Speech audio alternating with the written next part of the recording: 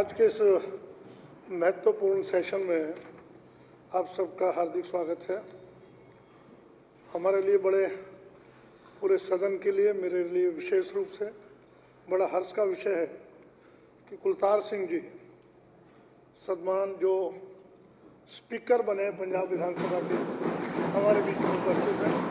मैं उनका हार्दिक स्वागत करता हूँ, अभिनंदन करता हूँ। दूसरी बार जीते हैं, अपने हल्के तो दूजी वाली जीत के आए ने। पार्टी का उत्थे बहुत कम इन्होंने किया है। दूजे सरदार हरपाल सिंह चीमा जी दूजी वाली जीत के आए ने। लीडर ऑफ अपोजिशन रहे पिछली बारी, तहत के पंजाब के वित्त मंत्री का दायित्व उन्होंने कंधे आया। उन्होंने बहुत विधानसभा वालों बहुत स्वागत है। उन्होंने काफ़ी साथी आए ने इतों, उन्होंने बहुत स्वागत है।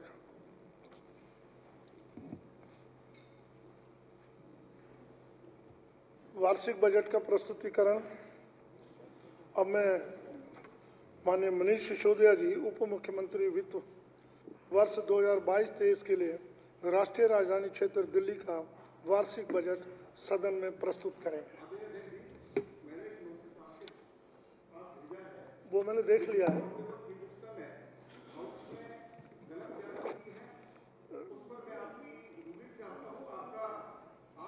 बिल्कुल जी, अब आ गया मेरे पास। मैं हाँ, वो मैं सुना देता हूँ, पढ़ के सुना देता हूँ। मुझे श्री रामवीर सिंह विदुड़ी, माननीय नेता प्रतिपक्ष से नियम 66 के अंतर्गत सूचना प्राप्त हुई है। यही विषय मेरे विचाराधीन है और मैं इसकी जांच करने के बाद अपनी व्यवस्था दूंगा। माननीय वित्त मंत्री। धन्यवाद माननीय अध्यक्ष महोदय। मुझे इस सम्मानित सदन के समक्ष वित्तीय वर्ष 2022-23 का बजट प्रस्तुत करते हुए बहुत गर्व महसूस हो रहा है और मैं बहुत गर्व के साथ ये सदन के समक्ष रखना चाहता हूं कि ये हमारी सरकार का और मेरे द्वारा प्रस्तुत किया जा रहा लगातार 8वां बजट है। माननीय मुख्यमंत्री अरविंद केजरीवाल जी के नेतृत्व और मार्गदर्शन में तैयार किए गए और इस सदन द्वारा पास किए गए पिछले 7 बजट्स की बदौलत आज दिल्ली में शिक्षा स्वास्थ्य के क्षेत्र में ऐसे ऐतिहासिक काम हुए हैं जिनसे आज देश के कई राज्यों की सरकारें प्रेरणा ले रही हैं। स्कूल बने हैं, नए विश्वविद्यालय बने हैं, अस्पताल बने हैं, मोहल्ला क्लिनिक बने हैं। दिल्ली की जनता को 24 घंटे बिजली मिल रही है और करीब 75% घरों में बिजली के बिल जीरो आ रहे हैं। दिल्ली मेट्रो और बसेस का खूब विस्तार हुआ है। सड़कों और मेट्रो लाइन का नेटवर्क बढ़ा है। दिल्ली की गली गली में सीसीटीवी कैमरे लगाकर अपराध रोकने में और महिला सुरक्षा की दिशा में अभूतपूर्व कदम उठाए गए हैं। युवाओं के लिए फ्री वाईफाई नेटवर्क उपलब्ध हुआ है। अंतर्राष्ट्रीय स्तर की खेल सुविधाएं यहां से पिछले 7 जो बजट पास हुए उनसे डेवलप हुई हैं। सरकारी सेवाओं की डोर स्टेप डिलीवरी जैसी अभूतपूर्व सुविधा की शुरुआत यहां से हुई, जिसमें लोग सरकारी दफ्तर के चक्कर नहीं काटते। सरकारी दफ्तर का कर्मचारी लोगों के चक्कर काटता है। यह अद्भुत शुरुआत दिल्ली में हुई। सरकारी दफ्तर में जिस काम के लिए आम आदमी को धक्के खाने पड़ते थे, कोई दलाल ढूंढना पड़ता था और उसको रिश्वत दे के काम करवाना पड़ता था, आज वो काम सिर्फ एक फोन करने पे घर बैठे हो रहा है। ये करिश्मा भी दिल्ली वासियों ने पिछले 7 साल में दिल्ली में देखा है।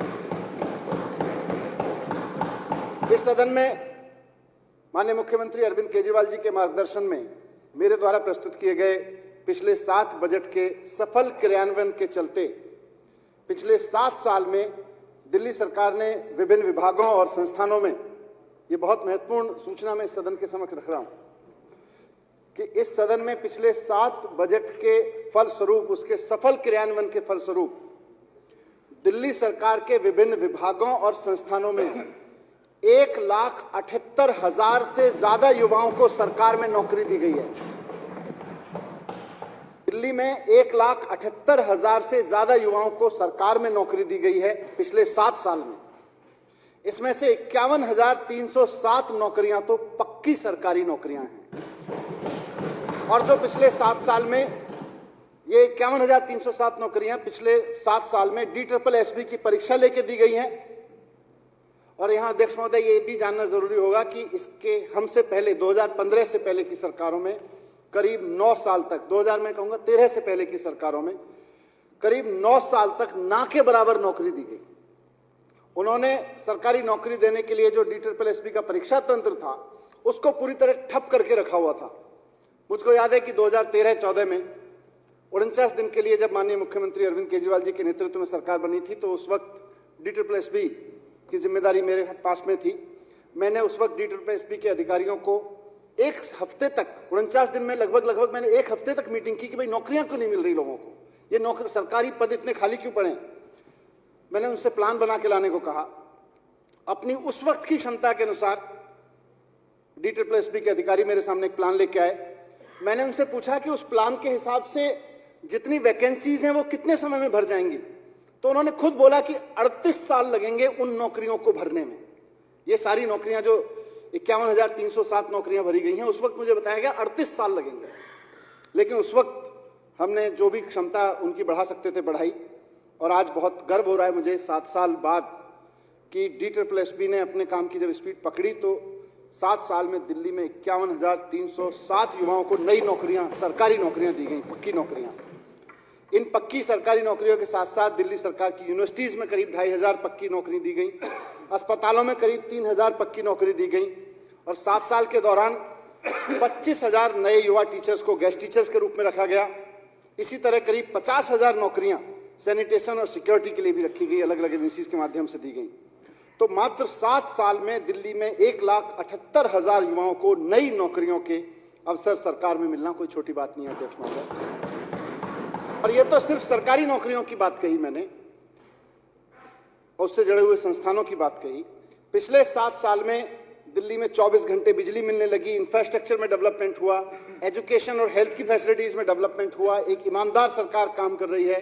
व्यापार के लिए, ट्रेडर्स के लिए zero tax policy, zero rate policy लागू की गई, ईज ऑफ डूइंग बिजनेस की सुविधा दी गई। प्राइवेट सेक्टर, इस सब की वजह से प्राइवेट सेक्टर और खासतौर से लघु और मध्यम वर्ग के जो व्यवसायी हैं वो खूब फले फूले हैं दिल्ली में, और उससे प्राइवेट सेक्टर्स में भी जॉब में खूब बढ़ोतरी हुई है। इसका एक नतीजा हमें देखने को मिला कि दिल्ली रोजगार पोर्टल जो माननीय मुख्यमंत्री जी के आदेश पर शुरू हुआ कोविड के ठीक बाद, उसमें प्राइवेट सेक्टर में 10 लाख नौकरियां तो केवल कोविड के बाद के समय में हमको देखने को मिली। अध्यक्ष महोदय, पिछले 7 साल में इस सदन में प्रस्तुत बजट प्रस्तावों और योजनाओं में शिक्षा और स्वास्थ्य को प्राथमिकता दी गई है। और यही वजह है कि 7 साल में शिक्षा और स्वास्थ्य में हुए दूरदर्शी निवेश के कारण कोविड महामारी के बीच भी दिल्ली की स्वास्थ्य व्यवस्था इसलिए संभल पाई क्योंकि कोविड से पहले वर्षों में यहां पे स्वास्थ्य के क्षेत्र में प्राथमिकता के आधार पे काफी निवेश किया गया था। अस्पतालों में डॉक्टर्स, नर्सेज, सपोर्ट स्टाफ, नए बेड्स, वेंटिलेटर और बाकी उपकरण की कमी इसलिए नहीं हुई, या हुई तो बहुत कम कमी रही, क्योंकि कोविड के पहले के 5 साल में इस सदन में जो बजट प्रस्तुत किए गए उन सब में स्वास्थ्य के क्षेत्र पे बहुत समझदारी से और प्राथमिकता के आधार पर निवेश किया गया। अध्यक्ष महोदय, कोविड की महामारी से तो हम निपट लिए, लेकिन हम सब वाकिफ हैं कि पूरे देश में भी और दिल्ली में भी बड़ी संख्या में लोगों के रोजगार और व्यापार को कोविड में बहुत नुकसान हुआ। तत्काल राहत के लिए पिछले 2 साल में पीड़ित और जरूरतमंद परिवारों और लोगों को वित्तीय सहायता, अनुदान राशि, राशन, भोजन आदि की व्यवस्था कुछ करके फौरी मदद तो की गई, लेकिन फौरी मदद तो फौरी मदद होती है। इस सदन में अपने 8वें बजट में, आज अपने 8वें बजट में मैं दिल्ली वासियों के लिए नए रोजगार सृजित करने और अर्थव्यवस्था को कोविड, जीएसटी, नोटबंदी जैसे तमाम कारणों से पिछले सालों में हुए नुकसान से उबरने का एक एजेंडा लेके आया हूं। इससे व्यापार और उद्योग जगत को प्रोत्साहन मिलेगा और हमारे दिल्ली के नागरिकों के लिए बड़ी संख्या में रोजगार और व्यापार के नए नए अवसर पैदा होंगे। इस बजट में प्रस्तुत योजनाओं और प्रस्तावों से न केवल दिल्ली के युवाओं को उद्यमशीलता के नए अवसर मिलेंगे, बल्कि पहले से स्थापित उद्यम और व्यापार को भी काफी बढ़ावा मिलेगा, उनको भी लाभ मिलेगा, वो भी समृद्ध होंगे। मैंने पिछले 7 साल में इस सदन में सरकार की प्राथमिकता के आधार पर आपके समक्ष जीरो टैक्स बजट प्रस्तुत किया, एजुकेशन बजट प्रस्तुत किया, हेल्थ बजट प्रस्तुत किया। इस सदन में मैंने एक बजट ग्रीन बजट भी प्रस्तुत किया। पिछले साल देशभक्ति बजट प्रस्तुत किया। आज आपकी अनुमति से मैं इस सदन में अगले वित्त वर्ष के लिए रोजगार बजट प्रस्तुत कर रहा हूं। पिछले साल के देशभक्ति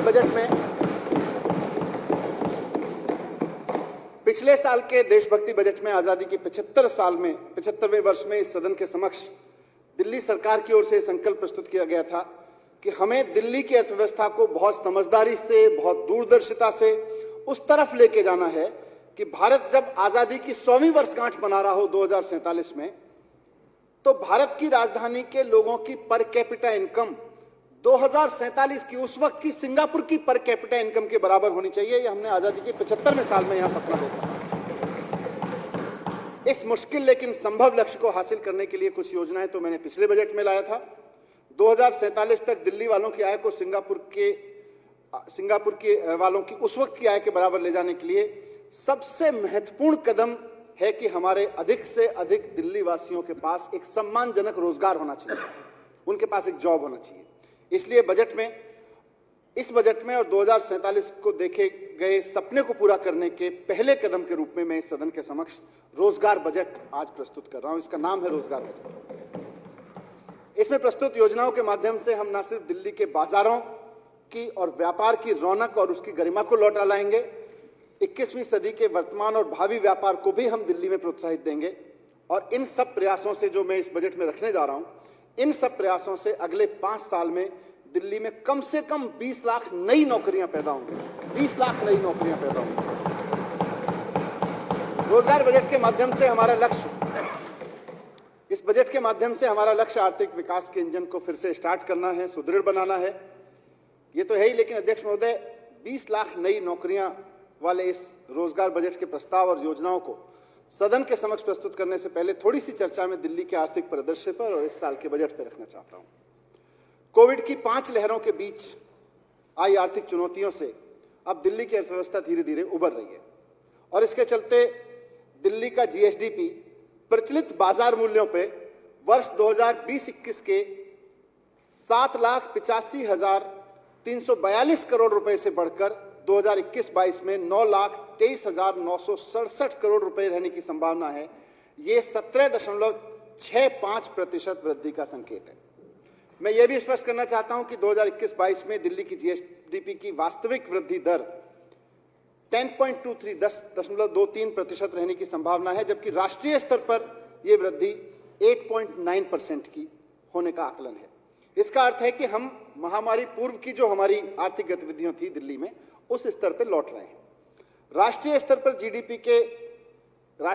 जो जीडीपी है, उसमें दिल्ली के जीएसडीपी का योगदान 2011-12 में 3.94% था, उससे बढ़ के इस साल 21-22 में 4.21% हो गया है, जबकि दिल्ली देश की कुल आबादी का केवल 1.52% है।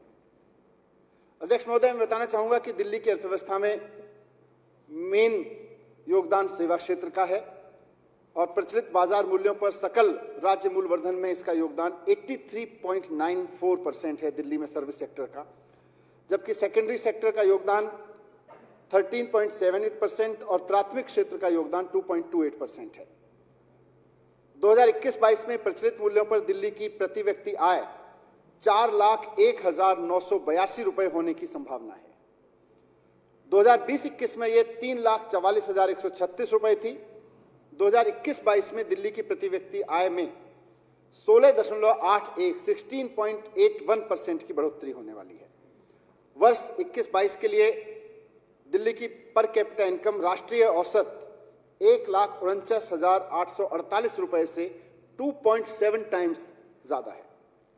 2020-21 के दौरान दिल्ली के जीएसडीपी में प्रचलित मूल्यों में 1.09% और वास्तविक मूल्यों पर 3.86% का संकुचन, उसका श्रिंक होना कोविड-19 महामारी और इसके नियंत्रण के लिए किए गए प्रतिबद्ध उपायों को असर दर्शाते हैं। हालांकि अग्रिम अनुमानों का संकेत है कि दिल्ली की अर्थव्यवस्था में 21-22 में प्रचलित मूल्यों पर 17.65% और स्थिर मूल्यों पर 10.23% की बढ़ोतरी होगी। अब मैं इस साल के लिए, करंट ईयर के लिए संशोधित अनुमान सदन के समक्ष रख रहा हूं। 2021-22 के लिए पूरा जो हमने बजट रखा था, 69,000 करोड़ रुपए के अनुमोदित बजट की अनुमान की तुलना में संशोधित अनुमान में मैं 67,000 करोड़ रुपए का बजट प्रस्तुत कर रहा हूं।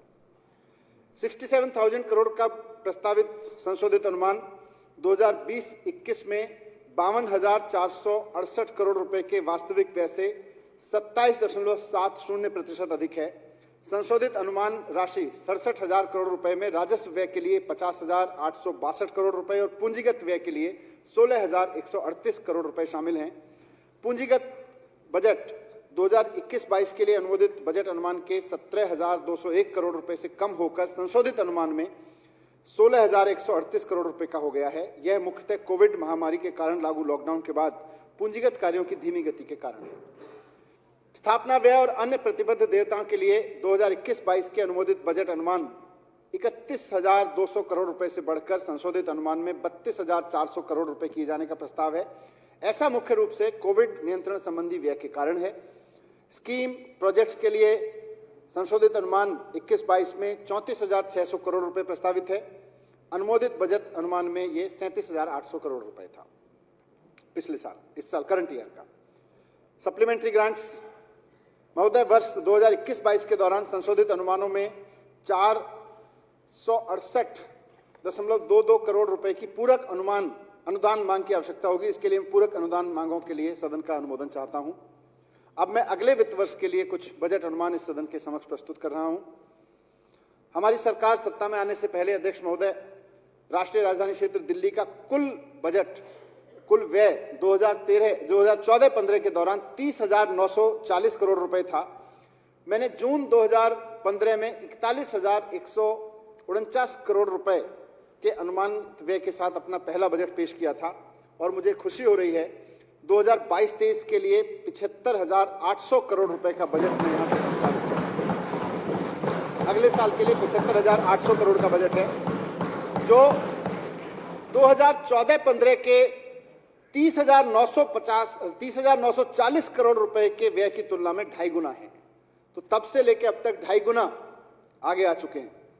75,800 करोड़ रुपए के बजट में 32,000 करोड़ रुपए स्थापना और अन्य प्रतिबद्ध व्यय के लिए, 43,600 करोड़ रुपए योजनाओं, कार्यक्रमों और परियोजनाओं के लिए हैं। 75,800 करोड़ रुपए के बजट अनुमान में 2022-23 में राजस्व के तहत 53,687 करोड़ रुपए और पूंजीगत परिव्यय के तहत 22,113 करोड़ रुपए शामिल हैं। 21-22 के बजट अनुमान के खर्च में 17,201 करोड़ रुपए पूंजीगत मद के तहत और 51,799 करोड़ रुपए राजस्व के अंतर्गत थे। 21-22 की तुलना में 22-23 में पूंजीगत बजट में 29% की वृद्धि हुई है, जबकि राजस्व व्यय में केवल 4% की वृद्धि हुई है। इससे समझ में आता है कि सरकार चलाने का और सरकार के काम के खर्चे में जो हमारी रेशो है वो बहुत अच्छी चल रही है। इसके अलावा 2022-23 में प्रस्तावित पूंजीगत परिव्यय 22,113 करोड़ रुपए है, जो 14-15 के 7,430 करोड़ रुपए के पूंजीगत व्यय से लगभग 3 गुना है। 2022-23 का प्रस्तावित बजट अनुमान 75,800 करोड़ रुपए, 21-22 के बजट अनुमान 69,000 करोड़ रुपए से 9.86% और संशोधित अनुमान से 13.13% अधिक है। वर्ष 2022-23 के लिए 75,800 करोड़ रुपए के प्रस्तावित बजट का वित्त पोषण 47,700 करोड़ रुपए राजस्व से आएंगे, 1,000 करोड़ रुपए गैर राजस्व से, 325 करोड़ रुपए हमेशा की तरह सेंट्रल गवर्नमेंट से, केंद्रीय करों में हिस्सेदारी से, 10,000 करोड़ रुपए लघु बचत ऋण से, 802 करोड़ रुपए पूंजीगत प्राप्तियों से, 10,000 करोड़ रुपए जीएसटी प्रतिपूर्ति से, 1,621 करोड़ रुपए प्रायोजित योजनाओं से, केंद्र प्रायोजित योजनाओं से और केवल 643 करोड़ रुपए भारत सरकार की अनुदान सहायता से और बाकी प्रारंभिक शेष ओपनिंग बैलेंस से आएगी। स्थानीय निकायों में वित्तीय सहयोग के बारे में, अध्यक्ष महोदय, हमारी सरकार स्थानीय निकायों को 4,374 करोड़ रुपए का वित्तीय सहयोग उपलब्ध कराएगी। इसमें से 2,305 करोड़ रुपए स्थानीय निकायों द्वारा योजनाओं, कार्यक्रम, परियोजनाओं के कार्यान्वयन के लिए संबद्ध राशि के रूप में होंगे और 2,069 रुपए बेसिक टैक्स असाइनमेंट के रूप में होंगे। इसके अलावा 1,780 करोड़ रुपए की राशि स्थानीय निकायों को स्टैंप और पंजीकरण शुल्क में हिस्से और एकमुश्त पार्किंग शुल्क के रूप में उपलब्ध कराई गई है। इस प्रकार हमारी सरकार बजट अनुमान 2022-23 में स्थानीय निकायों को 6,154 करोड़ रुपए का कुल वित्तीय सहयोग दे रही है अध्यक्ष महोदय। अब मैं आपके समक्ष रोजगार बजट प्रस्तुत कर रहा हूं। अध्यक्ष महोदय, अब मैं आपके समक्ष 20 लाख नई नौकरियों वाले रोजगार बजट के महत्वपूर्ण खंड को प्रस्तुत करना चाहता हूं। इसमें मैं दिल्ली की अर्थव्यवस्था को तरक्की के रास्ते पर ले जाने की और उससे रोजगार के लाखों अवसर पैदा होने की योजनाओं को रखूंगा। अर्थव्यवस्था अध्यक्ष महोदय चाहे दिल्ली की हो या पूरे देश की, उसकी तरक्की का रास्ता अधिक से अधिक लोगों के हाथ में रोजगार देने से खुलता है।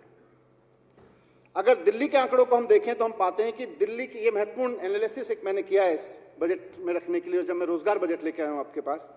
अगर दिल्ली के डेटा को हम देखें तो हम देखते हैं कि दिल्ली की 1,68,00,000 की आबादी में से केवल 55,87,000 लोगों के पास कोई रोजगार है। यानी हमारी दिल्ली में केवल 1/3 आबादी के हाथ में कोई रोजगार है। इस तरह हमारी 1/3 आबादी के ऊपर बाकी की 2/3 आबादी की जिंदगी चलाने का भी उसके कंधों पर जिम्मेदारी है।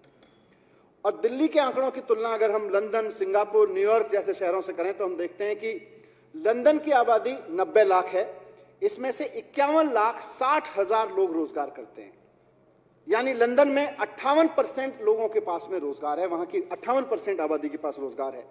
न्यूयॉर्क की आबादी 88 लाख लोग हैं, उसमें से 46,25,000 लोगों के पास में, यानी कि करीब 52.6% आबादी के पास में न्यूयॉर्क में रोजगार है। सिंगापुर की आबादी आज 55 लाख है और इसमें से 36,43,000 लोगों के पास में रोजगार है, यानी कि 67% लोगों के पास रोजगार है।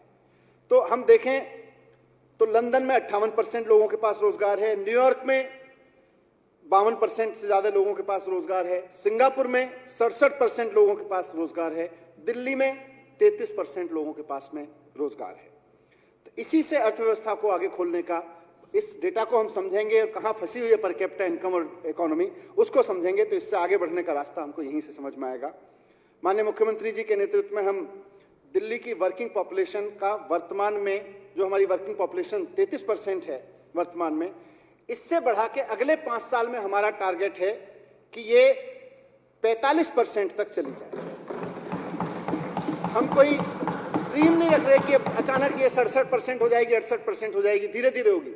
तो मैं जो योजना इस बजट में लेके आया हूं, उससे हमारी पूरी योजना यह है कि अगले 5 साल में ये वर्किंग पॉपुलेशन 33% से बढ़ के 47% हो जाए, 45% हो जाए। यानी दिल्ली के कुल जो 1,68,00,000 लोग की आबादी है और इसमें से अभी 56 लाख लोग करीब अभी रोजगार करते हैं, हमारा मकसद है कि ये 56 लाख लोग जो रोजगार करते हैं उनकी संख्या 76 लाख हो जाए। इसलिए हमने 5 साल में 20 लाख नए जॉब क्रिएट करने का लक्ष्य रखा है।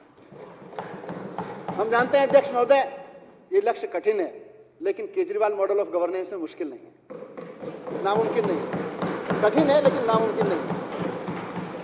हमारी सरकार ने जॉब क्रिएट करने के लिए प्रमुखता से निम्नलिखित क्षेत्रों को चुना है: रिटेल सेक्टर, फूड और beverages, logistic and supply chain, travel tourism, entertainment, construction, real estate और ग्रीन एनर्जी। ये सारे सेक्टर्स में नौकरियां पैदा करने का एक ही तरीका है कि दिल्ली के लोगों के जीवन स्तर में बाजार में मांग पैदा करना, यानी बाजार में नई डिमांड पैदा करना। और डिमांड बढ़ाने के लिए हमको दिल्ली नहीं, थोड़ा सा, क्योंकि जब डिमांड की बात करेंगे तो पूरे देश की अर्थव्यवस्था के कैरेक्टर को समझना पड़ेगा। भारत की, हमारे देश की जो अर्थव्यवस्था है वो अंतर्मुखी है, यानी कि अपनी खपत पे चलने वाली है। हमारी आबादी जो खपत करने वाली आबादी है वही हमारी ताकत है। भारत की जीडीपी का 60% हिस्सा आम लोगों की खपत पे आधारित है, और इसे और आम भाषा में समझें तो देश की अर्थव्यवस्था का 60% आम लोगों की कमाई से, उनके खर्चों से चलता है, उनकी खरीदारी यानी खपत से चलता है। अर्थव्यवस्था को आगे बढ़ाने का ऐसे में एक ही तरीका है: खपत, खपत, खपत। आप अपने नागरिकों की खपत करने की क्षमता बढ़ाइए, अर्थव्यवस्था अपने आप आगे बढ़ती चली जाएगी। दुनिया में, आज मैं खपत खपत खपत बोल रहा हूं तो दुनिया में मंदी के दौर से निकलने के लिए बार बार यह फॉर्मूला अपनाया गया है। दूसरे विश्व युद्ध के बाद में अमेरिका में खुद इस रास्ते पे चला गया और इस रास्ते पे चल के अमेरिका ने खुद को खड़ा किया। 1945 के बाद अमेरिका में राजनेता, कारोबारी, लेबर, उनके लेबर लीडर, सब कोई भी हो, सभी देश के लोगों को ज्यादा से ज्यादा खर्च करने के लिए प्रेरित कर रहे थे। वहां माहौल बनाया गया कि खर्च करो, और इसके लिए तेज विकास में जो अमेरिका का तेज विकास दिखा, इसी खर्च का असर दिख रहा है। 1945 से 1968 के बीच अमेरिका में वहां की सरकारों ने लोगों की न्यूनतम मजदूरी 4 गुना बढ़ाई ताकि वो खर्च कर सकें, ताकि उनके पास खर्च करने के लिए पैसा हो सके। दूसरे महायुद्ध के बाद अपने पैरों पर खड़े होने के लिए अमेरिका ने अपनी आबादी को अपनी ताकत बनाया। आज भारत की युवा आबादी हमारी भारत की ताकत है। महामारी और महामंदी के प्रभाव से पूरे देश की अर्थव्यवस्था को बचाने के लिए हमें अपनी इसी युवा आबादी को रोजगार देना होगा ताकि वो खर्च कर सके। युवाओं के हाथ में पैसा होगा तो वो खर्च करेगा तो बाजार में मांग बढ़ेगी, उत्पादन बढ़ेगा और उसके परिणाम स्वरूप रोजगार बढ़ेंगे। हमें केवल और केवल रोजगार बचा सकते हैं और बहुत सारे रोजगार हमें लाने पड़ेंगे, ढेर सारे रोजगार हमको लाने पड़ेंगे, तभी हम अपनी अर्थव्यवस्था को आगे बढ़ा सकते हैं। रोजगार विकास और समानता की गारंटी है। खपत के पहियों को आगे बढ़ाने के लिए केवल रोजगार चाहिए। एक पीयू रिसर्च फाउंडेशन है। पीयू रिसर्च फाउंडेशन की रिपोर्ट बताती है कि भारत में कोविड की लहर में ही 7.5 करोड़ लोग न्यू पुअर यानी कि नए निर्धन की कैटेगरी में आ गए, नए गरीबों की कैटेगरी में आ गए।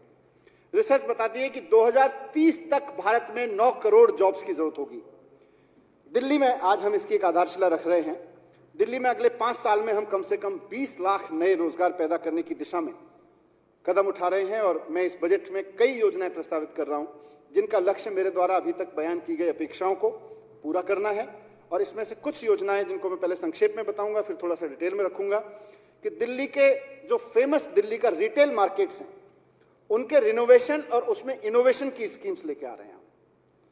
देश विदेश के ग्राहकों को दिल्ली में बुला के हम शॉपिंग के लिए प्रोत्साहित करने के लिए दिल्ली शॉपिंग फेस्टिवल करेंगे। दिल्ली का होलसेल मार्केट दिल्ली की बैकबोन रहा है, तो दिल्ली के होलसेल व्यापार को अपने पुराने कैरेक्टर को बरकरार रखने के लिए एक तरफ हम रिटेल मार्केट के लिए दिल्ली शॉपिंग फेस्टिवल प्रपोज कर रहे हैं, तो दूसरी तरफ होलसेल मार्केट के कैरेक्टर को आगे बढ़ाने के लिए हम दिल्ली होलसेल शॉपिंग फेस्टिवल, ये अपनी तरह का एक नया फेस्टिवल होगा, दिल्ली होलसेल शॉपिंग फेस्टिवल करेंगे।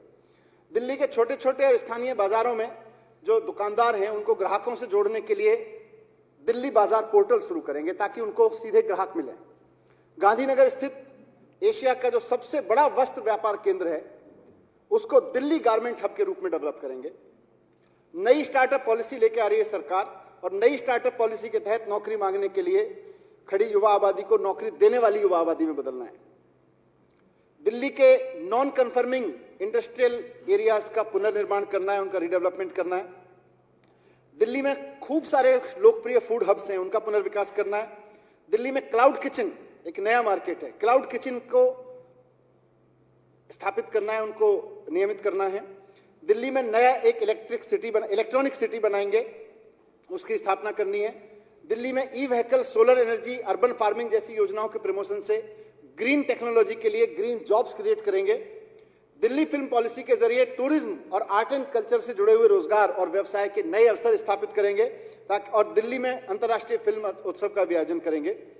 दिल्ली में दिल्ली सरकार और इसके डिफरेंट डिपार्टमेंट्स और इसके द्वारा जितने भी उपक्रम हैं इनसे कराए जा रहे विभिन्न कार्यों के आउटकम में एम्प्लॉयमेंट ऑडिट की एक परंपरा शुरू करेंगे। दिल्ली में रोजगार ढूंढने वाले और रोजगार देने वालों को एक प्लेटफॉर्म पर लाने के लिए और दिल्ली सरकार द्वारा जो पहले रोजगार पोर्टल शुरू किया गया, रोजगार पोर्टल 1.0, उसको प्रोफेशनल तरीके से और आर्टिफिशियल इंटेलिजेंस से लगा के रोजगार बाजार 2.0 के रूप में पेश करेंगे। और स्कूल लेवल पे, एजुकेशन के लेवल पर ही एंटरप्रेन्योरशिप माइंडसेट डेवलप करके। अब मैं कुछ समय अध्यक्ष महोदय जो मैंने अभी ये संक्षेप में बताया इनको डिटेल में आपके समक्ष बताना चाहता हूं।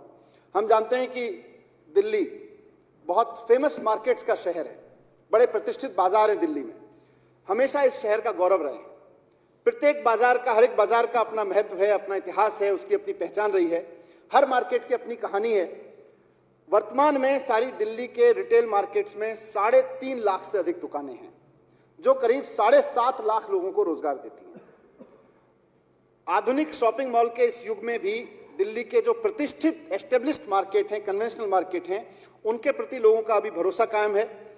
दिल्ली और उसके आसपास के 150-200 किलोमीटर के दायरे में अध्यक्ष महोदय अभी भी लोग हमारे इन परंपरागत प्रतिष्ठित बाजारों से शॉपिंग करना पसंद करते हैं, उनमें विश्वास रखते हैं।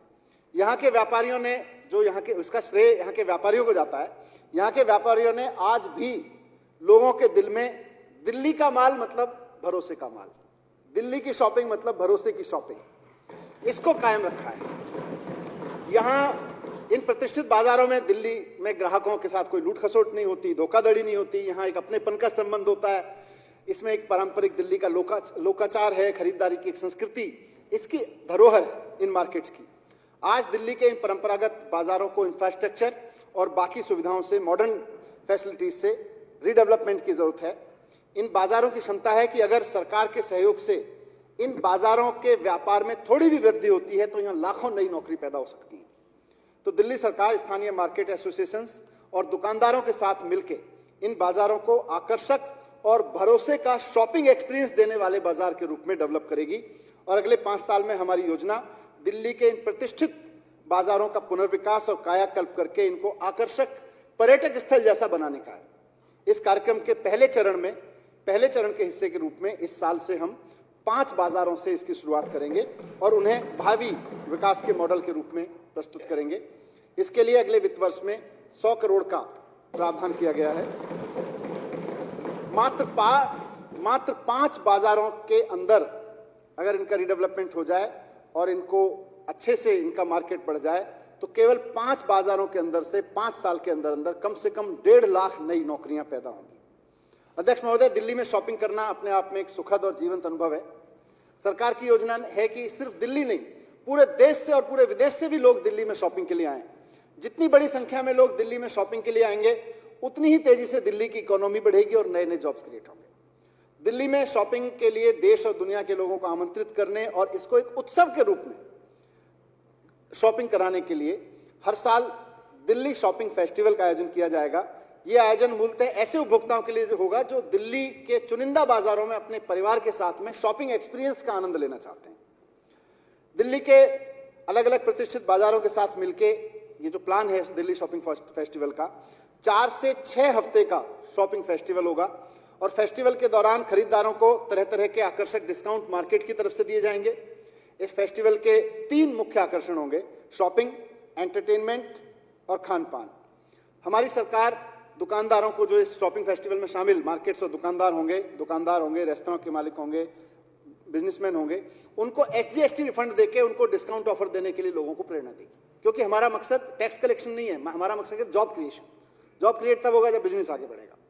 इससे घरेलू और विदेशी पर्यटकों की संख्या में करीब 4 लाख की वृद्धि होगी, जिससे होटल, रेस्टोरेंट्स और पर्यटन और अन्य व्यवसायों में व्यापक लाभ होगा और कुल मिला के इन क्षेत्रों में नियोजित 12 लाख लोगों के जीवन पे पॉजिटिव असर पड़ेगा और उम्मीद है कि इससे व्यापार में कम से कम 25% का व्यापार बढ़ेगा।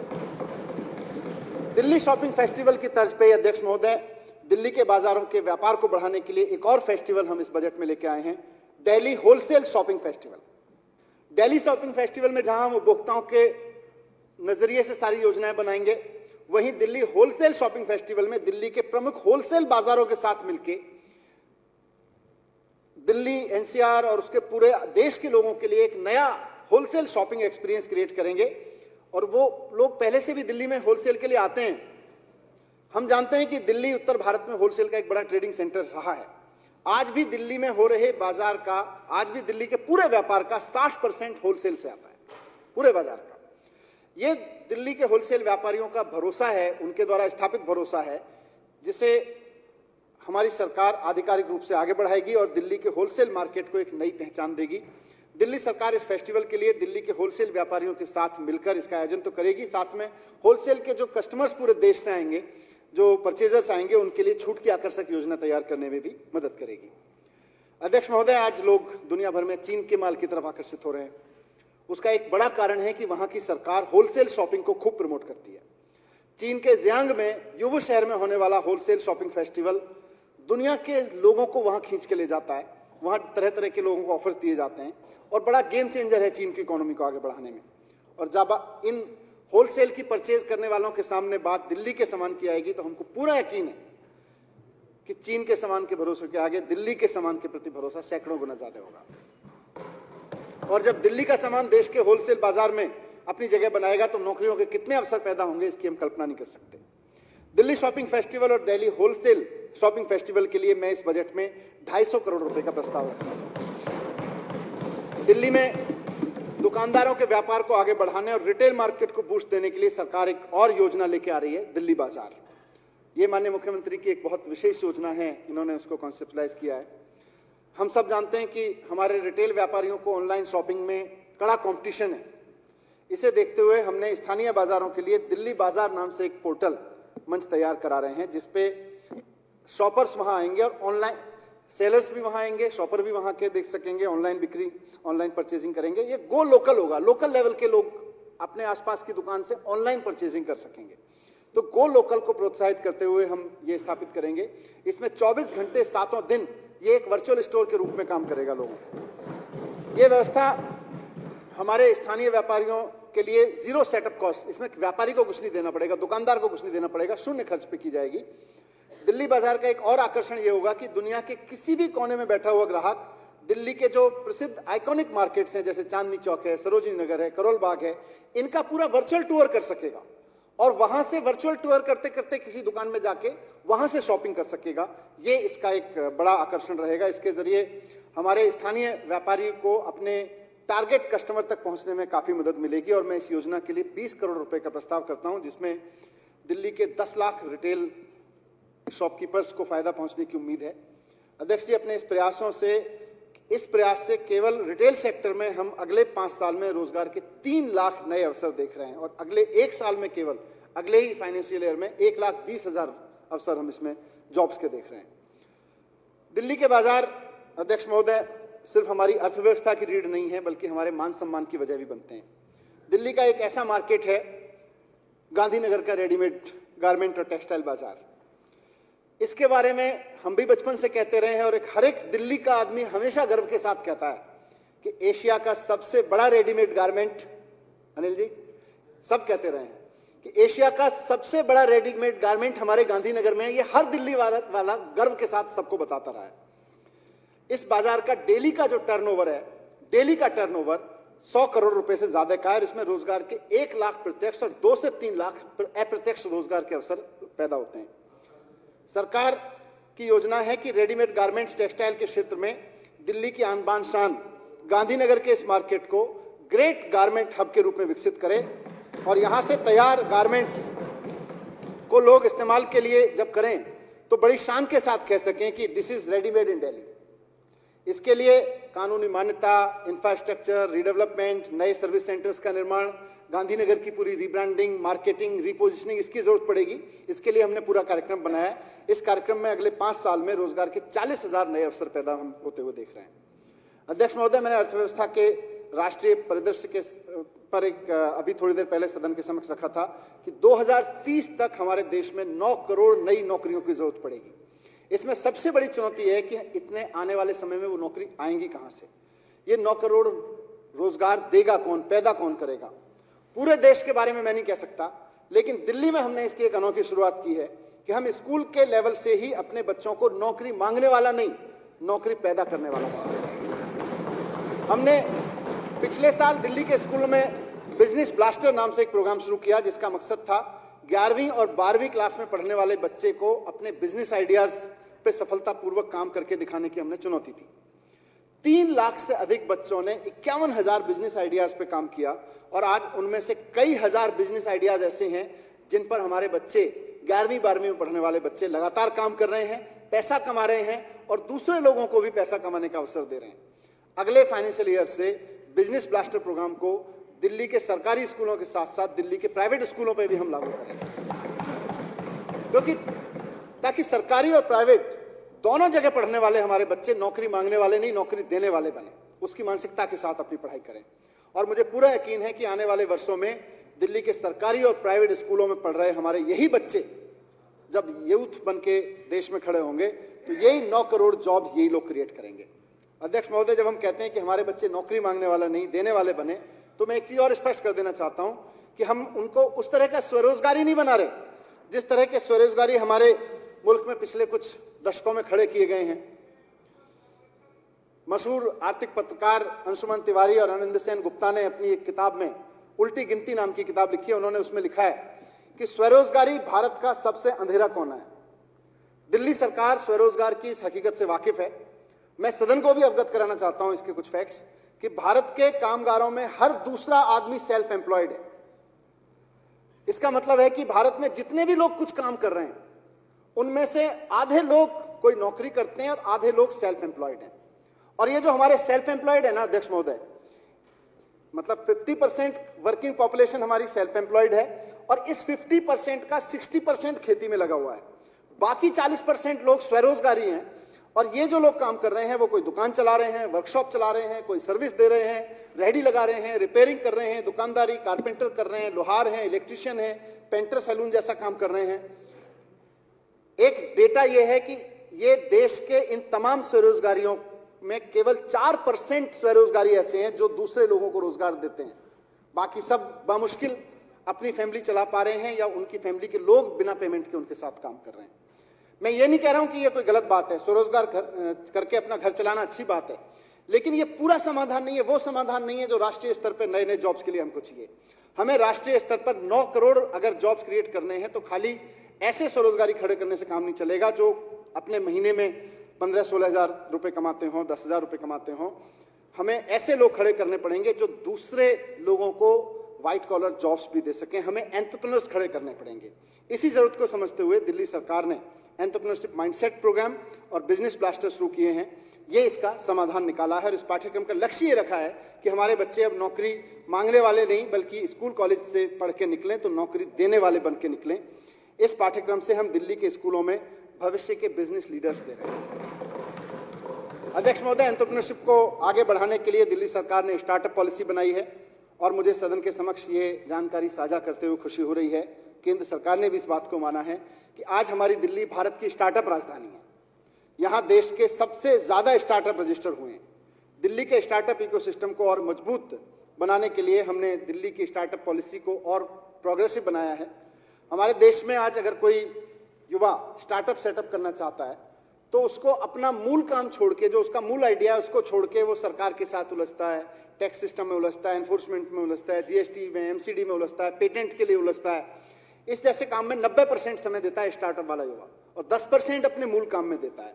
हमारी स्टार्टअप पॉलिसी जो नई बन रही है ये सुनिश्चित करेगी कि स्टार्टअप शुरू करने वाले युवाओं का 100% समय अपने आइडिया पे काम करने में जाए और जो 90% समय इधर उधर जाता है, इधर उधर की फॉर्मेलिटीज में जाता है, वो उसकी जिम्मेदारी दिल्ली सरकार नई स्टार्टअप पॉलिसी की। सरकार इंक्यूबेशन सेंटर बनाएगी स्टार्टअप के लिए, इनकी मार्केटिंग, इनकी मेंटरिंग, इनके इन्वेस्टमेंट के लिए सम्मेलन आयोजित करेगी, इनके फाइनेंस के लिए बैंक्स और इन्वेस्टर्स के साथ इनका टाई अप कराएगी। नई स्टार्टअप लागू होने के बाद हर साल बजट में इसके लिए मैंने 50 करोड़ रुपए का प्रावधान रखा है इस साल के बजट में। अध्यक्ष महोदय, सरकार ने दिल्ली के लिए एक दिल्ली फिल्म पॉलिसी तैयार की है। ये दिल्ली में टूरिज्म को बढ़ावा देने की दिशा में एक महत्वपूर्ण वातावरण तैयार करेगी। दिल्ली की विविध संस्कृतियां, विविध लोग, विविध परिदृश्य फिल्म निर्माताओं को दिल्ली की ओर आकर्षित करते रहते हैं। एक फेवरेट शूटिंग डेस्टिनेशन दिल्ली रहा है। दिल्ली सरकार अपनी फिल्म पॉलिसी के माध्यम से इसको और बेटर बनाएगी। दिल्ली को राष्ट्रीय और अंतर्राष्ट्रीय स्तर की फिल्मों के लिए शूटिंग डेस्टिनेशन के रूप में बहुत प्रोफेशनल तरीके से खड़ा करेगी, ब्रांडिंग करेगी। इसका एक महत्वपूर्ण पहलू पूरी तरह से online single window clearance mechanism, E film clearance होगा, जो 25 से ज्यादा स्टेक होल्डर एजेंसी, जिसमें भारत सरकार की एजेंसीज भी हैं, दिल्ली सरकार की भी हैं, 25 से ज्यादा स्टेक होल्डर एजेंसीज के साथ सभी अप्रूवल प्रक्रियाओं को तेजी से ट्रैक करेगा। इस पॉलिसी की सबसे महत्वपूर्ण बात यह है कि दिल्ली में जो स्थानीय प्रतिभाएं हैं, स्किल्ड युवा हैं, उनको नौकरी के, क्योंकि जब फिल्म शूटिंग्स दिल्ली में बढ़ेंगी, एक टूरिज्म बढ़ेगा, तो दिल्ली के लोकल टैलेंट को जॉब्स के नए नए अवसर मिलेंगे। ये दिल्ली में हाईली स्किल्ड वर्कफोर्स भी हम इस पॉलिसी के तहत तैयार करेंगे, जिन्हें प्रोफेशनल्स के रूप में ट्रेंड करेंगे। और इसके लिए हमारी सरकार दिल्ली के प्रतिभाशाली युवाओं को स्कॉलरशिप भी देगी और इंटर्नशिप भी देगी। फिल्म पॉलिसी को आगे बढ़ाते हुए अध्यक्ष जी, हर साल दिल्ली में इंटरनेशनल फिल्म फेस्टिवल भी आयोजित होगा। इस फिल्म फेस्टिवल के माध्यम से दिल्ली की समृद्ध संस्कृति और विविधता को फिल्मों के माध्यम से प्रदर्शित किया जाएगा और देश भर की फिल्म बरादरी को फेस्टिवल में बुलाया जाएगा। ये फेस्टिवल टूरिस्ट को भी एक अलग अनुभव देगा, एक अच्छा अनुभव देगा। अब मैं थोड़ा सा फूड सेक्टर पे बात करूंगा। दिल्ली की एक पहचान हमारे यहाँ के उपलब्ध व्यंजन और भोजन की विविधता भी है। दिल्ली के आकर्षक व्यंजन, पराठे, चाट, छोले भटूरे, पकौड़े, गोलगप्पे, कबाब, बहुत सारे खान पान है अध्यक्ष महोदय, आप सब भी जानते हैं। ये घरेलू और देशी दोनों पर्यटक जब आते हैं तो दिल्ली में डेस्टिनेशन चुन के जाते हैं, डेस्टिनेशन के बेस पे जाते हैं। तो दिल्ली में भोजन और पेय पदार्थ के क्षेत्र में व्यापारी और कर्मचारियों को बढ़ावा देने के लिए हम 4 नीति शुरू कर रहे हैं, जिससे अगले 5 साल में रोजगार के 60,000 नए अवसर पैदा होंगे। हम दिल्ली में प्रमुख फूड हब्स की पहचान करेंगे, उनको रिडेवलप करेंगे और दिल्ली की सामाजिक और सांस्कृतिक विरासत के रूप में उनको प्रस्तुत करेंगे। इसके साथ दिल्ली सरकार दिल्ली में एक नई फूड ट्रक पॉलिसी लेके आएगी। फूड ट्रक पॉलिसी में फूड ट्रकों को शहर में अलग अलग फिक्स लोकेशंस पे रात को 8 बजे से शाम को 8 बजे से रात के 2 बजे तक फूड ट्रक्स सर्विस देंगे अपनी, उनको अनुमति दी जाएगी। इससे दिल्ली की नाइट इकोनॉमी भी आगे बढ़ेगी और रोजगार के नए नए अवसर पैदा होंगे। रेस्टोरेंट उद्योग को आगे बढ़ाने के लिए दिल्ली में इसकी बहुत मांग बढ़ती है। क्लाउड किचन की संख्या 20% हर साल बढ़ रही है, हमने इसकी पूरी स्टडी कराई। तो हर साल 20% क्लाउड किचन नए आ जाते हैं दिल्ली में। वर्तमान में दिल्ली में 20,000 से ज्यादा क्लाउड किचन है और करीब 2 लाख लोगों को डायरेक्ट और 50,000 लोगों को इनडायरेक्ट रोजगार ये दे रहे हैं। क्लाउड किचन उन स्टोर्स में शामिल हैं जो नाइट टाइम इकोनॉमी को भी सपोर्ट करते हैं। रेवेन्यू जनरेशन की एक बहुत बड़ी संभावना है इसमें, इस सेक्टर में, क्योंकि इसमें काफी नौकरियां भी निकल सकती हैं साथ साथ में। तो अध्यक्ष महोदय, वृद्धि की अपार संभावनाओं को देखते हुए बजट 22-23 में इस इंडस्ट्री की क्षमता को अधिकतम करने के लिए प्लग एंड प्ले फैसिलिटी सरकार सिस्टम देगी। प्लग एंड प्ले की सुविधाओं के साथ इन क्लाउड किचन्स को भूमि प्रदान करने और लाइसेंस और नियमों की संख्या को आसान बनाने की योजना हम लेके आए हैं।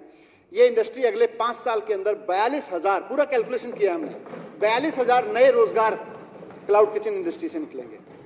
अर्थव्यवस्था को आगे बढ़ाने के लिए तेजी से बढ़ रहे सेक्टर्स में निवेश करना जरूरी है अध्यक्ष महोदय। रिटेल और फूड ब्रेवरेज सेक्टर इसका उदाहरण है और जो 25% हर साल बढ़ रहा है। इसमें हाई ग्रोथ इनकम भी लोगों को मिलती है। लेकिन रिटेल सेक्टर में दिल्ली में एक कमी दिखती है बड़े मॉल्स की। यहाँ केवल 10-12 सफलतापूर्वक चलने वाले मॉल्स हैं और एवरेज देखें तो 20 लाख लोगों पे एक मॉल है। इससे यहाँ की नौकरी और खरीदार जो है एनसीआर चले जाते हैं, गुड़गांव चले जाते हैं, नोएडा चले जाते हैं। दिल्ली में प्रति 1000 की आबादी पे मॉल स्पेस की उपलब्धता सबसे कम है। दिल्ली की तुलना में एनसीआर में ये 6 गुना ज्यादा है। हमारा प्रस्ताव दिल्ली में ग्रेड ए रिटेल और फूड हब विकसित करना है, ताकि आज लोग खरीदारी के लिए जिस प्रीमियम एक्सपीरियंस के लिए एनसीआर जाते हैं, उनको दिल्ली में वर्ल्ड क्लास ब्रांड और रिटेल की सुविधाएं मिल सके। इसके तहत बस डिपो और टर्मिनल्स में जो सरकार के पास जमीन उपलब्ध है उसका उपयोग करके वहां पे ये हब विकसित किए जाएंगे, क्योंकि ये दिल्ली के प्रमुख स्थानों तक लोग आसानी से पहुंच सकें और उपभोक्ताओं के बड़ी संख्या वाले क्षेत्र हैं। ये ग्रेड स्पेस सभी आधुनिक तकनीकों के साथ तैयार किए जाएंगे जो दिल्ली को भारत में एक शानदार शॉपिंग और फूड हब के रूप में विकसित करेंगे।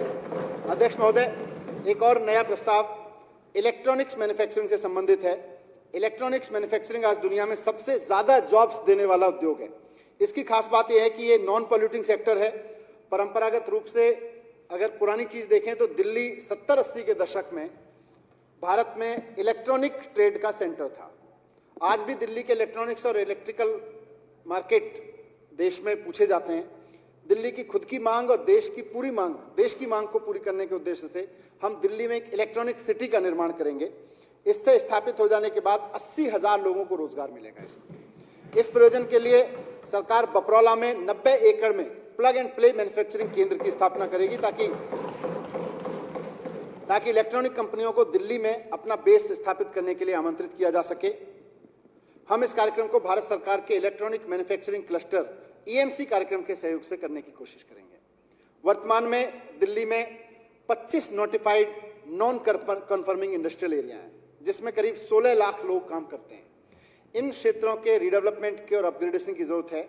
अगले 5 साल में दिल्ली सरकार नॉन कन्फर्मिंग इंडस्ट्रियल एरिया के रिडेवलपमेंट पर ध्यान केंद्र करेगी और इसके अंतर्गत यहाँ के एरियाज को ग्रीन बनाएंगे, साफ सुथरा करेंगे, टिकाऊ बनाएंगे, व्यापार के अवसरों को विकसित करने में यहाँ की इंडस्ट्री को मदद करेंगे, यहाँ के बेसिक इंफ्रास्ट्रक्चर का विकास करेंगे और इसमें हम डेवलपर्स की मदद भी लेंगे, ताकि लेआउट की तैयारी, approvals, sewage systems, CTP, water supply, industrial waste management, road development, ये सारी सुविधाएं वहाँ पे जुटाई जा सकें। सरकार वहाँ पे कॉमन फैसिलिटी सेंटर CFC भी बनाएगी, जिससे इन औद्योगिक क्षेत्रों की जरूरत के अनुसार R&D, एक्सपीरियंस सेंटर, वहाँ टूल रूम, प्रोसेसिंग सेंटर, मान्यता प्राप्त लैब्स वहाँ पे हों। Business convention centre, raw material bank हो, लॉजिस्टिक सेंटर, इसके अलग अलग सेक्टर इसमें शामिल होंगे। In non confirming industrial area के पुनर्विकास के बाद दिल्ली के लोगों के लिए 6 लाख से अधिक जॉब के नए अवसर पैदा होंगे। इसका भी हमने पूरी स्टडी कराई है। अध्यक्ष महोदय, आने वाली पीढ़ियों के लिए स्वच्छ हवा और पानी उपलब्ध कराना दिल्ली सरकार के 2047 के विजन का एक हिस्सा है। इसे ध्यान में रखते हुए अगले 5 साल में दिल्ली सरकार ने कई पहल शुरू कर चुकी है और इससे 1 लाख ग्रीन जॉब्स दिल्ली में नए बनने वाले हैं। मुझे बताते हुए खुशी हो रही है कि दिल्ली की जो ईवी पॉलिसी हमने लॉन्च की, 18 महीने के अंदर अंदर भारत की ईवी कैपिटल हमारी पॉलिसी की वजह से दिल्ली में बन गई है। 2019-20 में दिल्ली में नए वाहनों की बिक्री में इलेक्ट्रिक वाहनों की हिस्सेदारी 1.2% थी 2 साल पहले। आज ईवी की बिक्री में 10% का आंकड़ा पार कर लिया है दिल्ली में और ये भारत का सबसे नंबर 1 स्टेट बन गया है। ईवी की सेल में 10% सेल ईवी व्हीकल्स की हो रही है। जो यूके, फ्रांस, सिंगापुर, इन जैसे देशों से भी ईवी परसेंटेज में हम आगे पहुंच गए हैं। अब जब ईवी की सेल बढ़ रही है, ईवी की हिस्सेदारी बढ़ रही है रेगुलर ट्रैफिक में, तो उसके चलते अगले 5 साल में उसकी मरम्मत के लिए, उसकी मेंटेनेंस के लिए, उसके चार्जिंग स्टेशन के संचालन करने के लिए, उसके रखरखाव के लिए 20,000 नए रोजगार पैदा होंगे केवल ईवी से सेक्टर में। इसके अलावा दिल्ली सरकार अगले वर्ष से 30% रिजर्वेशन के साथ महिला ड्राइवरों के लिए 4200 से अधिक ई ऑटो लेके आ रही है। माननीय सर्वोच्च न्यायालय की सहमति से अगले 5 साल में हम हर साल 5000 ई ऑटो परमिट जारी करेंगे और इससे 25,000 नई नौकरी पैदा होंगी। दिल्ली रूफटॉप सोलर यूनिट्स को अपनाने की दिशा में भी लगातार प्रगति कर रही है। रूफटॉप के 16 प्लांटों की स्थापित क्षमता पहले ही 900 मेगावाट पहुंच गई है। दिल्ली सरकार अगले 5 साल में रूफटॉप सोलर प्लांट स्थापित करने की क्षमता को 2500 मेगावाट इसकी पीक तक पहुंचाने का लक्ष्य लेके नई सोलर पॉलिसी लेके आ रही है, जो दिल्ली की वार्षिक ऊर्जा की डिमांड में 10% हम सोलर एनर्जी से बनाएंगे।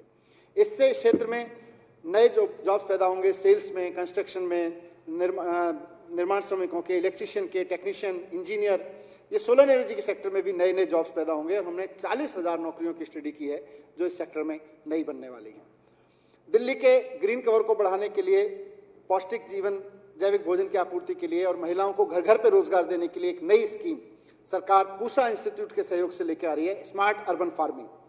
भारत में किसी भी राज्य के लिए अपनी तरह की ये पहली पहल है, जहां दिल्ली सरकार पूरे दिल्ली के मोहल्लों में वर्कशॉप आयोजित करेगी और स्मार्ट अर्बन फार्मिंग को प्रमोट करेगी। उसको जन आंदोलन बनाने के लिए सब्सिडी युक्त सामग्री देगी, प्रशिक्षित माली देगी और दिल्ली की महिलाओं को विशेष तौर पे लोग अपनी छत पे, अपनी बालकनी में, जहां भी उनके पास छोटा सा भी स्पेस है, बहुत बड़ा स्पेस नहीं चाहिए, जितने में हमारे सेक्रेटरी साहब बैठे हैं इससे भी आधे स्पेस में काम हो जाता है।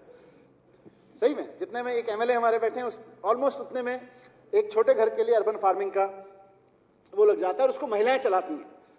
दिल्ली में काम होना शुरू हो गया, सरकार इसको बहुत ऑर्गेनाइज तरीके से आगे बढ़ाएगी और अर्बन फार्मिंग में महिलाओं की आजीविका भी बढ़ेगी, उनको अच्छा फूड भी, जैविक फूड घर पे मिलेगा और 25,000 नई नौकरियां अर्बन फार्मिंग में क्रिएट होंगी। अध्यक्ष महोदय, दिल्ली सरकार ने 750 करोड़ रुपए की अनुमानित परिव्यय के साथ दिल्ली की 600 से अधिक झीलों और जल निकायों को पुनर्जीवित करने के लिए एक महत्वाकांक्षी योजना शुरू की है, जो दशकों से उपेक्षित दिल्ली के जलाशयों को अतिक्रमण मुक्त करेगी और इन्हें डंप यार्ड में बदल दिया गया था उनको रीजनरेट करेगी।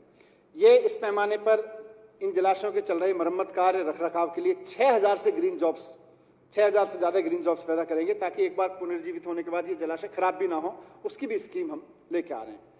कोरोना की पहली लहर के बाद जब पूरे देश में, अध्यक्ष महोदय, करोड़ों लोग बेरोजगार हुए, तो दिल्ली सरकार ने नौकरी देने में नौकरी चाहने वालों को जोड़ने के लिए एक रोजगार बाजार पोर्टल शुरू किया। रोजगार बाजार 1.0 की सफलता बताती है कि इसमें 15 लाख से अधिक नौकरी चाहने वालों ने रजिस्ट्रेशन किया और 10 लाख नौकरी देने वालों ने रजिस्ट्रेशन किया, इसलिए 10 लाख इसमें नौकरी मिली। इतने कम समय में इतनी ज्यादा नौकरी दिलाने वाला है शायद किसी भी राज्य का इस सबसे सफल प्रयोग होगा। इस दिशा में एक कदम और आगे बढ़ाते हुए सरकार अगले साल रोजगार बाजार 2.0 लॉन्च कर रही है। इसमें आर्टिफिशियल इंटेलिजेंस और मोबाइल एप्लीकेशन को हम जोड़ रहे हैं। रोजगार बाजार 2.0 में हम जॉब्स की स्मार्ट मैचिंग, प्लेसमेंट की ट्रैकिंग, एम्प्लॉयर्स के वेरिफिकेशन और एक बहुत मजबूत एनालिटिक्स प्लेटफॉर्म, ये इससे लैस करेंगे इसको। इस पोर्टल के माध्यम से हमारा लक्ष्य है कि दिल्ली के युवाओं को और खास के महिलाओं को हर साल कम से कम 1 लाख नई नौकरियां मिलती रहें। इसके साथ साथ इस प्लेटफॉर्म के माध्यम से जो लोग नौकरी चाह रहे हैं उनको टेक्निकल और उनके सॉफ्ट स्किल को अपग्रेड करने के लिए अलग अलग ऑनलाइन ऑफलाइन कोर्सेज भी हम एक्सप्लोर करने में मदद करेंगे। कैरियर काउंसलिंग उनकी कराएंगे, 1-to-1 उनके सेशन कराएंगे, ताकि जब एम्प्लॉयर उनको हायर करे तो उसकी थोड़ी सी अपग्रेडेशन हो जाए। सरकारी नौकरी और सरकार द्वारा रोजगार संबंधी जो सोशल बेनिफिट्स दिए जाते हैं उनकी भी सारी वैल्यू एडेड सुविधाएं सूचनाएं उस पर उपलब्ध होंगी। अध्यक्ष महोदय, इस रोजगार बजट का एक अहम उद्देश्य महिलाओं को रोजगार और उनका आर्थिक विकास है। वर्किंग फोर्स में महिलाओं की आबादी महिलाओं की भारत में भागीदारी एशिया में सबसे पिछड़े देशों में से आती है, पूरे इंडिया में। जबकि भारत में पिछले 3 दशक में हमने देखा कि इकोनॉमिक ग्रोथ ठीक ठाक हुई, लेकिन यह हैरानी करने की बात है कि इस दौरान महिलाओं की वर्किंग फोर्सेस में नीचे गया। 1999 में 34% से घट के पूरे इंडिया की वर्किंग फोर्स में विमेन फोर्स जो है 99 में 34% थी, जो 2019 में 20% रह गई और जो दुनिया भर में देखे जा रहे ट्रेंड के अपोजिट चल रही है। उदाहरण के लिए बांग्लादेश में वर्किंग फोर्स में महिलाओं की भागीदारी 30% और चीन में 60% है। हमारे यहाँ इंडिया में 20% है। इसके अलावा महामारी के दौरान जो बेरोजगारी उत्पन्न हुई उसमें सबसे ज्यादा जॉब्स महिलाओं के गए हैं। सारे अर्थशास्त्री इस बात पर सहमत हैं कि जब तक भारत की महिलाएं देश की वर्किंग फोर्स से बाहर रहेंगी तब तक भारत एक विकासशील से विकसित देश बनने का सपना रह जाएगा। इसके मद्देनजर इस साल के बजट में जो मैंने अभी कुछ योजनाएं पेश की और आगे जो करूंगा, इसमें महिलाओं के लिए अधिक से अधिक रोजगार के अवसर पैदा करने पर हम फोकस कर रहे हैं। गांधीनगर में जो हम रिटेल सेल की बात कर रहे हैं, डिजाइन रेडीमेड कपड़ों का काम महिलाएं द्वारा किया जाता है ज्यादातर। गांधीनगर को जैसे ही गारमेंट डिजाइन और असेंबली के हब के रूप में विकसित करेंगे, महिलाओं के लिए उसमें अधिक रोजगार के अवसर पैदा होंगे। इलेक्ट्रॉनिक्स असेंबली इकाइयां ज्यादातर महिलाओं को रोजगार देती हैं। दिल्ली के इलेक्ट्रॉनिक शहर स्थापना से फिर से महिलाओं के लिए रोजगार के और अवसर पैदा होंगे। दिल्ली में urban farming, electric auto, electric bus के चलन में महिलाओं को रोजगार देने के लिए नए अवसर मिल रहे हैं। रोजगार बाजार 2.0 में भी हम महिलाओं को ज्यादा रोजगार कैसे मिले उस पर हम खास ध्यान देंगे। इस तरह विभिन्न क्षेत्रों में अगले 5 साल में कम से कम 20 लाख रोजगार पैदा होंगे। इसके साथ ही सरकार एक और महत्वपूर्ण योजना लेके आ रही है, जो मैंने 20 लाख रोजगार के अलावा बताया, कि सरकार अपने हर एक विभाग में दिल्ली सरकार के किसी भी संस्थान में इस सदन द्वारा पास किए जा रहे बजट का एक एक रुपया जहां भी खर्च हो रहा है, वो चाहे शिक्षा के क्षेत्र में हो रहा हो, स्वास्थ्य के क्षेत्र में हो रहा हो, सड़क बनाई जा रही हो, बिल्डिंग बनाई जा रही हो, पुल बनाए जा रहे हो, स्कूल अस्पताल कॉलेज चलाए जा रहे हो या बनाए जा रहे हो, बिजली पानी की व्यवस्था में पैसा खर्च हो रहा हो, कॉल सेंटर, कला संस्कृति की कहीं सेवाएं ली जा रही हो, जहां भी इस बजट से इस यहाँ विधानसभा से पास बजट का एक भी रुपया खर्च हो रहा है, उस काम का हम एम्प्लॉयमेंट ऑडिट करवाएंगे। वहां से उससे कितने जॉब मिले, इसका पूरा एम्प्लॉयमेंट ऑडिट का पूरा प्लान लेके आ रही है सरकार। और ये पूरे देश में पहली बार होगा कि जनता के टैक्स के पैसे से हो रहे काम से कितने जॉब क्रिएट हुए उसका भी लेखा जोखा योजना में भी शामिल होगा और उसका ऑडिट भी करेंगे। और जैसा मैंने कहा कि ये सब कार्यक्रम जो मैंने अभी रोजगार बजट के तहत आपके समक्ष रखे, अगले 5 वर्ष के लिए योजना है हमारी, और इनके सफल क्रियान्वयन से जो नई नौकरियां निकलेंगी उनमें अगले 5 साल में कम से कम 20 लाख कम से कम नौकरियां नई निकलेंगी। इन कार्यक्रमों के लिए अगले 5 साल के दौरान 4,500 करोड़ रुपए की जरूरत पड़ेगी। पहले वर्ष के लिए, अगले वित्त वर्ष के लिए मैं इसमें 800 करोड़ रुपए का बजट प्रस्तावित करूंगा। अध्यक्ष महोदय, मैं थोड़ी सी बात स्वास्थ्य सेवाओं पर करूंगा। माननीय मुख्यमंत्री जी के नेतृत्व में सदन में प्रस्तुत पिछले 7 बजट में हर बार शिक्षा और स्वास्थ्य सरकार की प्राथमिकता रहे हैं। दिल्ली में रह रहे हर नागरिक के लिए, चाहे वो अमीर हो या गरीब हो, बच्चा हो या बूढ़ा हो, जवान हो, स्त्री हो, पुरुष हो, हर व्यक्ति के लिए best of the best health facilities उपलब्ध कराना माननीय मुख्यमंत्री जी के गवर्नेंस मॉडल का एक बहुत अहम हिस्सा रहा है। नए अस्पताल बनाने से लेकर मोहल्ला क्लिनिक जैसी अवधारणा पर सफलतापूर्वक काम करके केजरीवाल सरकार की पिछले 7 साल की बड़ी उपलब्धियों में से हेल्थ सेक्टर रहा है। अध्यक्ष महोदय, हमारी सरकार दिल्ली के नागरिकों को 520 आम आदमी मोहल्ला क्लिनिक दे चुकी है, 29 polyclinic, 38 multi speciality super hospital के अस्पतालों के माध्यम से स्वास्थ्य सेवाएं दे रही है। 94 पॉलीक्लिनिक मौजूदा औषधालयों का उन्नयन कर स्थापित किए जा रहे हैं। मोहल्ला क्लिनिकों की संख्या भी बढ़ के 1000 होगी। 2022-23 के बजट में आम आदमी मोहल्ला क्लिनिक और पॉलीक्लिनिक के लिए मैं 475 करोड़ रुपए का बजट रख रहा हूं। दिल्ली में केजरीवाल सरकार द्वारा स्थापित मोहल्ला क्लिनिक के मॉडल की सफलता को देखते हुए, बुराई कोई भी करता रहे, लेकिन देश के लगभग सारे राज्यों के छोटे बड़े कस्बों में मोहल्ला क्लिनिक बनाने के प्रयास किए जा रहे हैं, सारे राज्यों में। किसी और नाम से कर रहे हैं, कभी मोहल्ला क्लिनिक कह रहे हैं, लेकिन कर रहे हैं। 2015 में मोहल्ला क्लिनिक सत्येंद्र जैन जी ने और माननीय केजरीवाल जी ने क्यों कॉन्सेप्टलाइज किए, क्यों बनाए, और मोहल्ला क्लिनिक ने कौन सी समस्या का समाधान किया है, इस पे मैं 2 मिनट रहूंगा। आज रोजगार बजट मैं रख रहा हूं, तो मोहल्ला क्लिनिक भी उसमें एक बहुत महत्वपूर्ण एलिमेंट है और उसकी आधारशिला पिछले 5-7 साल में रखी गई है, उस पर मैं बात रख रहा हूं। हमें समझना होगा अध्यक्ष महोदय कि भारत की नई गरीबी बीमारी से निकल रही है। भारत में जो नया गरीब पैदा हो रहा है वो बीमारी से पैदा हो रहा है। भारत में हर साल 5.5 करोड़ लोग, यानी कि पूरी आबादी का 4.6% बीमारी की वजह से गरीबी में जा रहा है। इनमें से 72, जो ये 5.5 करोड़ लोग मैंने बताया है पूरे इंडिया में, इनमें से 72% केवल प्राइमरी हेल्थ पे उनका जो खर्च हो रहा है उसके कारण गरीब हो जाते हैं। इसलिए मोहल्ला क्लिनिक यहीं पर आवश्यकता बनती है। ये प्रयोग दिल्ली में सफल हुआ और आज अगर दिल्ली की पर कैपिटा इनकम बढ़ रही है, दिल्ली की इकोनॉमी बढ़ रही है और महामारी और महामंदी के दौर में अगर दिल्ली की अर्थव्यवस्था आगे बढ़ती रही तो इसमें मोहल्ला क्लिनिक ने एक अहम भूमिका निभाई है।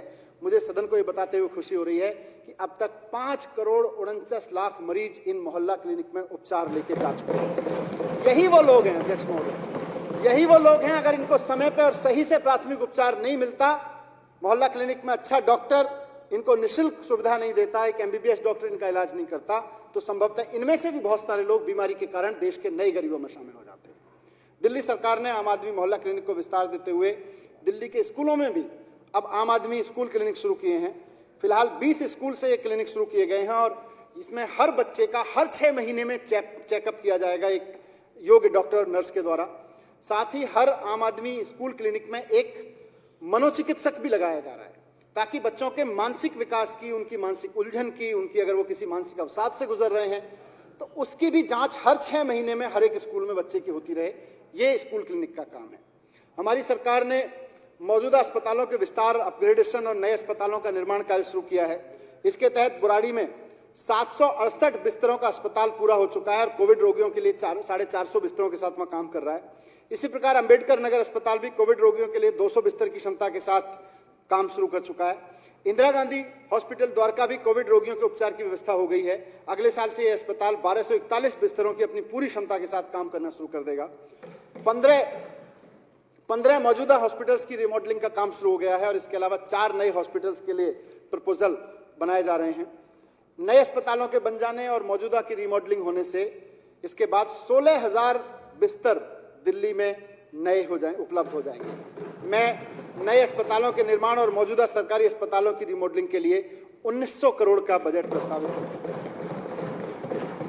अध्यक्ष महोदय, दिल्ली आरोग्य कोष के तहत यह भी एक माननीय मुख्यमंत्री जी के विजुलाइज की गई एक बहुत इंपॉर्टेंट और बहुत जनोपयोगी सेवा है।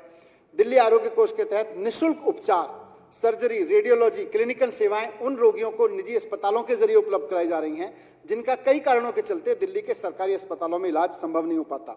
इस योजना के लिए भी अगले साल 50 करोड़ रुपए का बजट इसमें प्रस्तावित है। अध्यक्ष महोदय, ये तो सब इंफ्रास्ट्रक्चर और हेल्थ फैसिलिटीज को आगे बढ़ाने से संबंधित काम है, लेकिन इसके अलावा 2 बड़े कदम जो सरकार उठाने जा रही है और जिसकी पूरी तैयारी हो चुकी है और इस साल से उन पर काम शुरू हो जाएगा, वो है, उसमें पहला है हॉस्पिटल इंफॉर्मेशन मैनेजमेंट सिस्टम और हेल्थ कार्ड।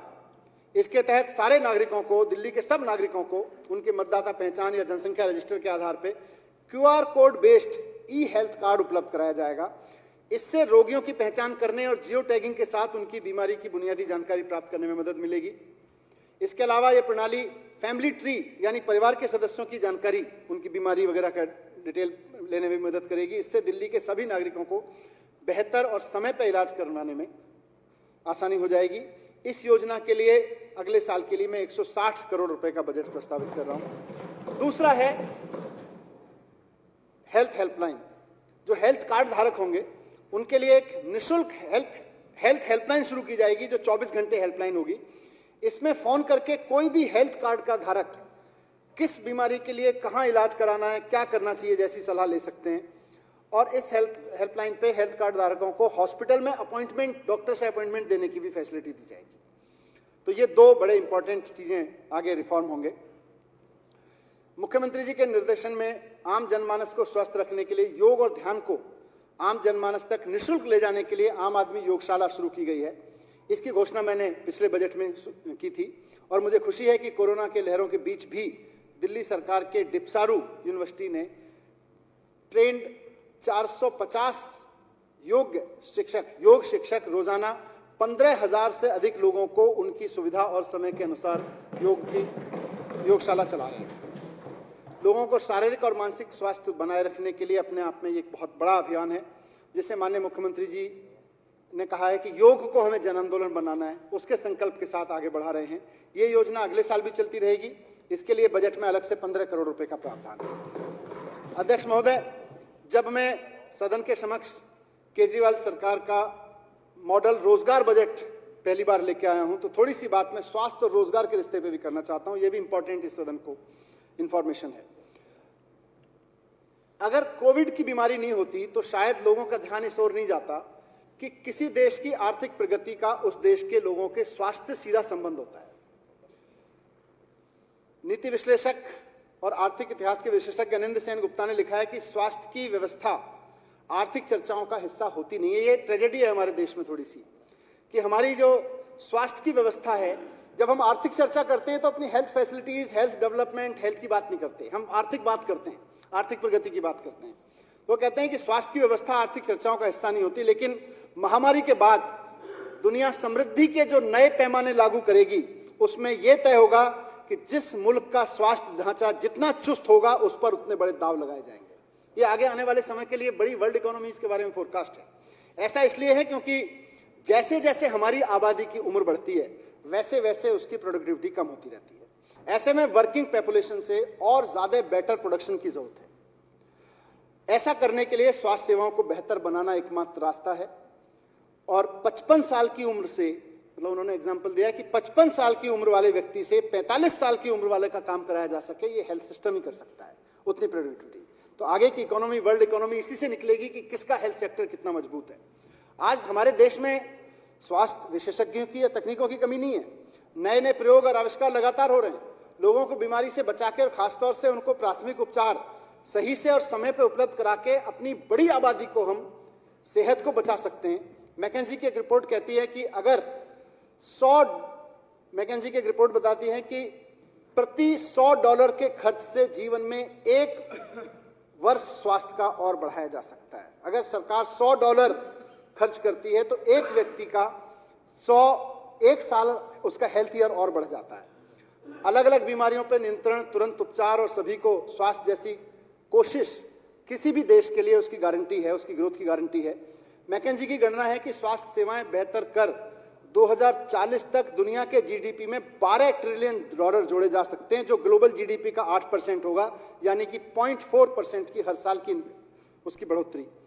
भारत में सरकारों द्वारा स्वास्थ्य सेवाओं पर निवेश करने में ₹100 के निवेश पर अर्थव्यवस्था में ₹400 का रिटर्न संभव है। स्वास्थ्य सेवाएं बेहतर करने से जीवन में प्रति व्यक्ति प्रति वर्ष करीब 24 स्वास्थ्य दिन बढ़ाए जा सकते हैं। कुछ डेटा है जो बड़ा इंपॉर्टेंट है। हेल्थ पे सरकारों को क्यों करना चाहिए और प्राइवेट सेक्टर के हवाले नहीं छोड़ देना चाहिए। स्वास्थ्य सेवाओं पर बेहतर करने से जीवन में प्रति व्यक्ति प्रति वर्ष करीब 24 स्वस्थ दिन बढ़ाए जा सकते हैं और 2040 तक जीडीपी में $45,000 अरब जोड़े जा सकते हैं, जो भारत के कोविड के पहले भी की जीडीपी का 6% होगा। इसलिए अध्यक्ष महोदय, इसीलिए पिछले 7 साल से दिल्ली सरकार स्वास्थ्य सुविधाओं पर लगातार अपने खर्चे को बढ़ाती आ रही है। और बात सिर्फ लोगों को स्वस्थ रखने की नहीं है, बात लोगों को स्वस्थ रखते हुए अर्थव्यवस्था को आगे बढ़ाने की है। इसलिए मैंने बात की और नए नए रोजगार के अवसर पैदा करने की है। 2022-23 में स्वास्थ्य क्षेत्र के लिए 9,669 करोड़ रुपए का बजटीय प्रावधान मैं प्रस्तावित करता हूं। इसमें 7,522 करोड़ रुपए का राजस्व बजट और 2,247 करोड़ रुपए का पूंजीगत बजट शामिल है। 5,567 करोड़ रुपए की राशि स्वास्थ्य क्षेत्र की विभिन्न योजनाओं, कार्यक्रमों और परियोजनाओं के क्रियान्वयन के लिए निर्धारित की गई है। अध्यक्ष महोदय, मैं थोड़ी सी बात स्वास्थ्य के बाद शिक्षा के लिए करना चाहता हूं। केजरीवाल मॉडल ऑफ गवर्नेंस के पिछले 7 साल के दौरान दिल्ली को मजबूत बनाने के लिए 5 महत्वपूर्ण पिलर रहे हैं: बिजली, पानी, शिक्षा, स्वास्थ्य और रोजगार। आज दुनिया भर में हम जिन देशों को विकसित अर्थव्यवस्था के रूप में देख रहे हैं, उनमें अर्थव्यवस्था के कायाकल्प का इतिहास 3 महत्वपूर्ण कारकों पर रहा है: अर्थव्यवस्था की परंपरागत ताकत, दूसरा सरकारों की राजनीतिक सरकारों का राजनीतिक साहस और दूरदर्शिता, और तीसरा आबादी की शिक्षा की क्वालिटी एजुकेशन कैसी दी जा रही है। परंपरागत रूप से देखें तो भारत की अर्थव्यवस्था एक मजबूत अर्थव्यवस्था रही। हमारी ताकत हमेशा हमारे लोग और हमारे प्राकृतिक संसाधन हमारे पास उपलब्ध रहे। इसके बावजूद अगर आजादी के 75 साल में हम एक डेवलप्ड इकोनॉमी नहीं बन पाए और केवल डेवलपिंग इकोनॉमी बनते रह गए, तो इसका एक बड़ा कारण है अध्यक्ष महोदय की सरकारों ने राजनीतिक साहस और दूरदर्शिता से काम नहीं लिया। 2015 में ऐसी गलती को ठीक करते हुए केजरीवाल मॉडल ऑफ गवर्नेंस के तहत हमारी सरकार ने साहसिक और दूरदर्शी कदम यह उठाया कि बड़ी बड़ी प्राथमिकताओं को किनारे करते हुए, जो पारंपरिक प्राथमिकताएं थी उनको किनारे करते हुए, बड़ी बड़ी इच्छाओं को किनारे करते हुए शिक्षा को सबसे बड़ी राजनीतिक प्राथमिकता हमने बनाया। ये दिल्ली में पिछले 7 साल में इस संकल्प को आगे बढ़ाते हुए, इस पर काम करते हुए लगातार शिक्षा के बजट में सबसे ज्यादा आवंटन किया, और इस आवंटन के दम पर शानदार सरकारी स्कूल बिल्डिंग्स बनी, स्कूलों में शानदार लैब, लाइब्रेरी, क्लासरूम बने, बैठने के लिए अच्छी डेस्क मिली बच्चों को, 21वीं सदी की आधुनिक डिजिटल पढ़ाई बच्चों को मिलनी शुरू हुई, टीचर्स की देश विदेश में ट्रेनिंग हुई, स्पोर्ट्स फैसिलिटीज मिली। 2015 में अध्यक्ष महोदय अगर ये कदम नहीं उठाए गए होते तो आज दिल्ली के ज्यादातर सरकारी स्कूल टेंट वाले स्कूल की पहचान बना रखते, जो उनको पहले पहचाना जाता था। 7 साल की इस यात्रा के बाद मैं बड़े आत्मविश्वास और भरोसे के साथ कह सकता हूं कि दिल्ली की शिक्षा क्रांति ने दिल्ली में अर्थव्यवस्था की क्रांति का आधार रखा है। दिल्ली के सरकारी स्कूलों में अब तक कोरोना की महामारी के बावजूद सीबीएसई परीक्षा में सबसे बेटर रिजल्ट प्राप्त किए, लगभग असंभव समझे जाने वाले 100% रिजल्ट, एक्चुअली 99.84%, बट एवरेज 100% को हासिल करके दिखाया है। अब दिल्ली में अमीर हो या गरीब, सबके बच्चे दिल्ली के सरकारी स्कूलों में अच्छी शिक्षा लेकर नीट और आईआईटी जैसे परीक्षाएं पास कर रहे हैं, नए कीर्तिमान करते हैं। क्वालिटी एजुकेशन के नए मापदंड तय करने के लिए हमने दिल्ली स्कूल एजुकेशन बोर्ड का गठन किया है, और साथ में दिल्ली में अलग अलग विषयों की स्पेशलाइज्ड पढ़ाई के लिए स्कूल ऑफ स्पेशलाइज्ड एक्सीलेंस खोले हैं। इन स्कूलों में पढ़ाई के लिए अंतर्राष्ट्रीय तरीके अपनाए जा रहे हैं, और बच्चों के सीखने की प्रक्रिया का आकलन भी अंतर्राष्ट्रीय स्तर पर किया जा रहा है। ये स्कूल प्रमुख विश्वविद्यालयों, विशेषज्ञों, उद्योग जगत के साथ भी साझेदारी करते हैं, ताकि इंटर्नशिप, इनकी apprenticeship, master classes, guest lecture, field visit के माध्यम से सीखने की इनकी प्रक्रिया को और डीप किया जा सके। दिल्ली के सारे सरकारी स्कूलों में शुरू किया गया हैप्पीनेस और देशभक्ति कार्यक्रम भी, एंटरप्रेन्योरशिप के बारे में मैं पहले बोल चुका हूं, लेकिन तीनों हैप्पीनेस पाठ्यक्रम, देशभक्ति पाठ्यक्रम और एंटरप्रेन्योरशिप पाठ्यक्रम इतने अट्रैक्ट कर रहे हैं लोगों को कि प्राइवेट स्कूल के पेरेंट्स अब उसकी डिमांड कर रहे हैं, और अभिभावकों और अध्यापकों की मांग पे अब दिल्ली के प्राइवेट स्कूल में भी हैप्पीनेस और देशभक्ति पाठ्यक्रम और एंटरप्रेन्योरशिप पाठ्यक्रम शुरू किए जा रहे हैं। महोदय, मैं 2022-23 के दौरान शिक्षा के क्षेत्र में लागू किए जाने वाले चंद नए कार्यक्रम भी प्रस्तावित कर रहा हूं। चिराग एन्क्लेव नई दिल्ली में एक स्कूल साइंस म्यूजियम स्थापित करने का प्रस्ताव है। इससे विद्यार्थियों और शिक्षकों के बीच विज्ञान के बहुत सारे ऐसे टॉपिक्स जो किताबों और वीडियोस के माध्यम से विज्ञान को तिलिस्म की दुनिया लगते हैं, इस संग्रहालय में जाके, नए साइंस म्यूजियम में जाके बच्चे उनको आसानी से समझ सकेंगे। ये स्कूल साइंस म्यूजियम बच्चों में विज्ञान के प्रति जिज्ञासा और रुचि विकसित करेगा और उनके फंडामेंटल क्लियरेंस, उनके थॉट्स को देगा।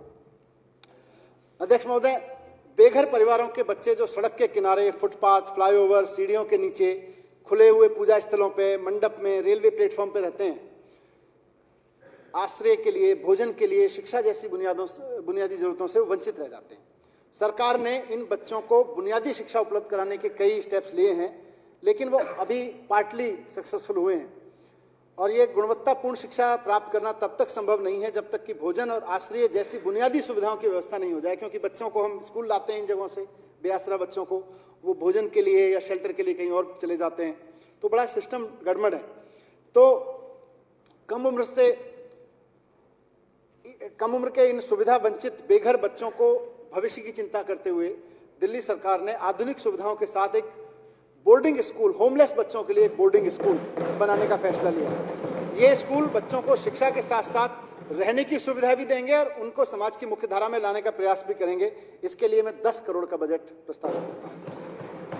मैंने अपने पिछले बजट में सभी क्लासरूम्स को अगले 5 साल में डिजिटल क्लासरूम में बदलने की शुरुआत की योजना रखी थी। इसका पायलट प्रोजेक्ट पूरा हो गया और अगले 4 साल में हम अपने सभी स्कूलों के क्लासरूम्स को डिजिटल क्लासरूम में बदलने का काम इस साल से शुरू कर रहे हैं।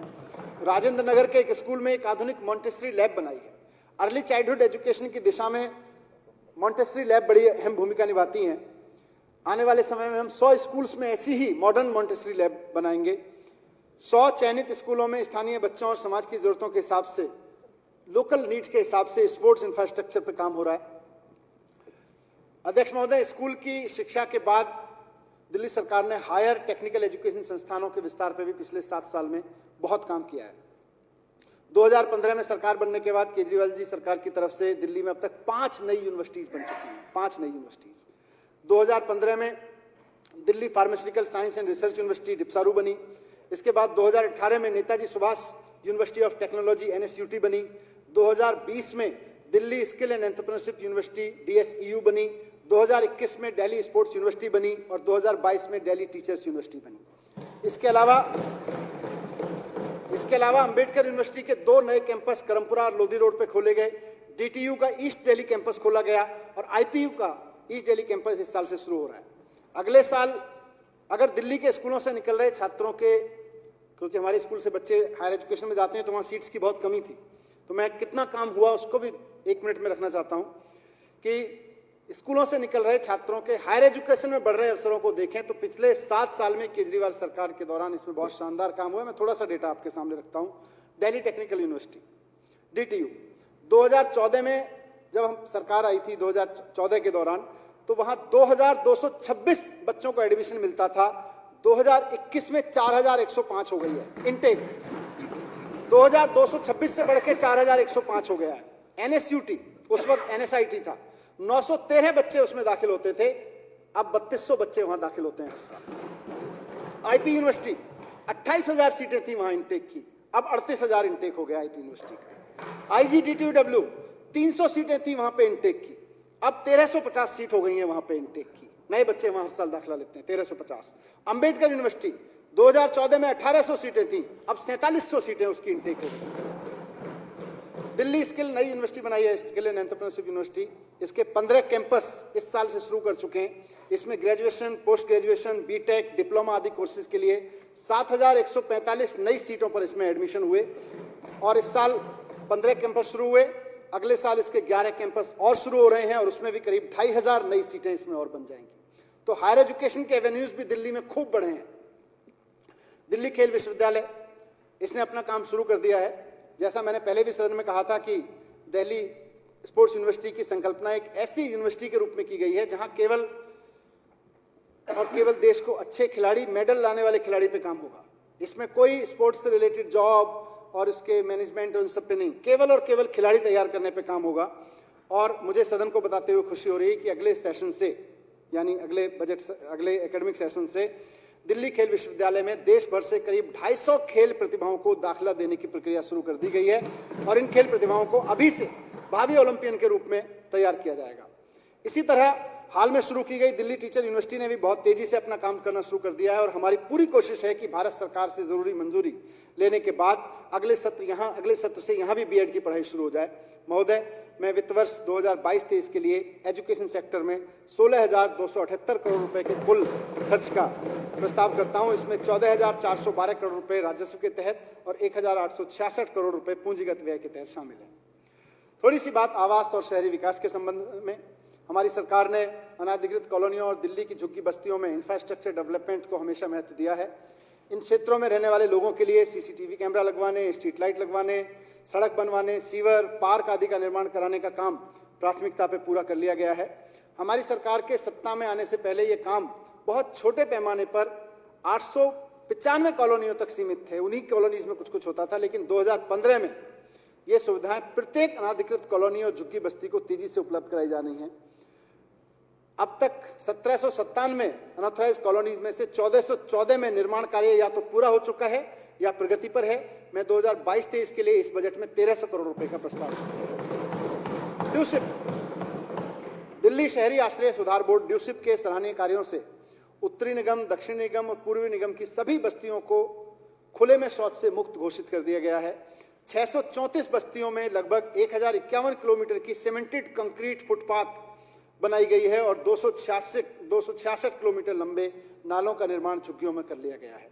महोदय, मैं वित्त वर्ष 2022-23 के बजट में आवास और शहरी विकास योजनाओं के लिए 5,766 करोड़ रुपए का प्रावधान करता हूं। एक और महत्वपूर्ण सेक्टर जो माननीय मुख्यमंत्री जी जिसके बारे में बात करते हैं, सबसे क्लोज टू हिज हार्ट है, वो है वाटर सेक्टर।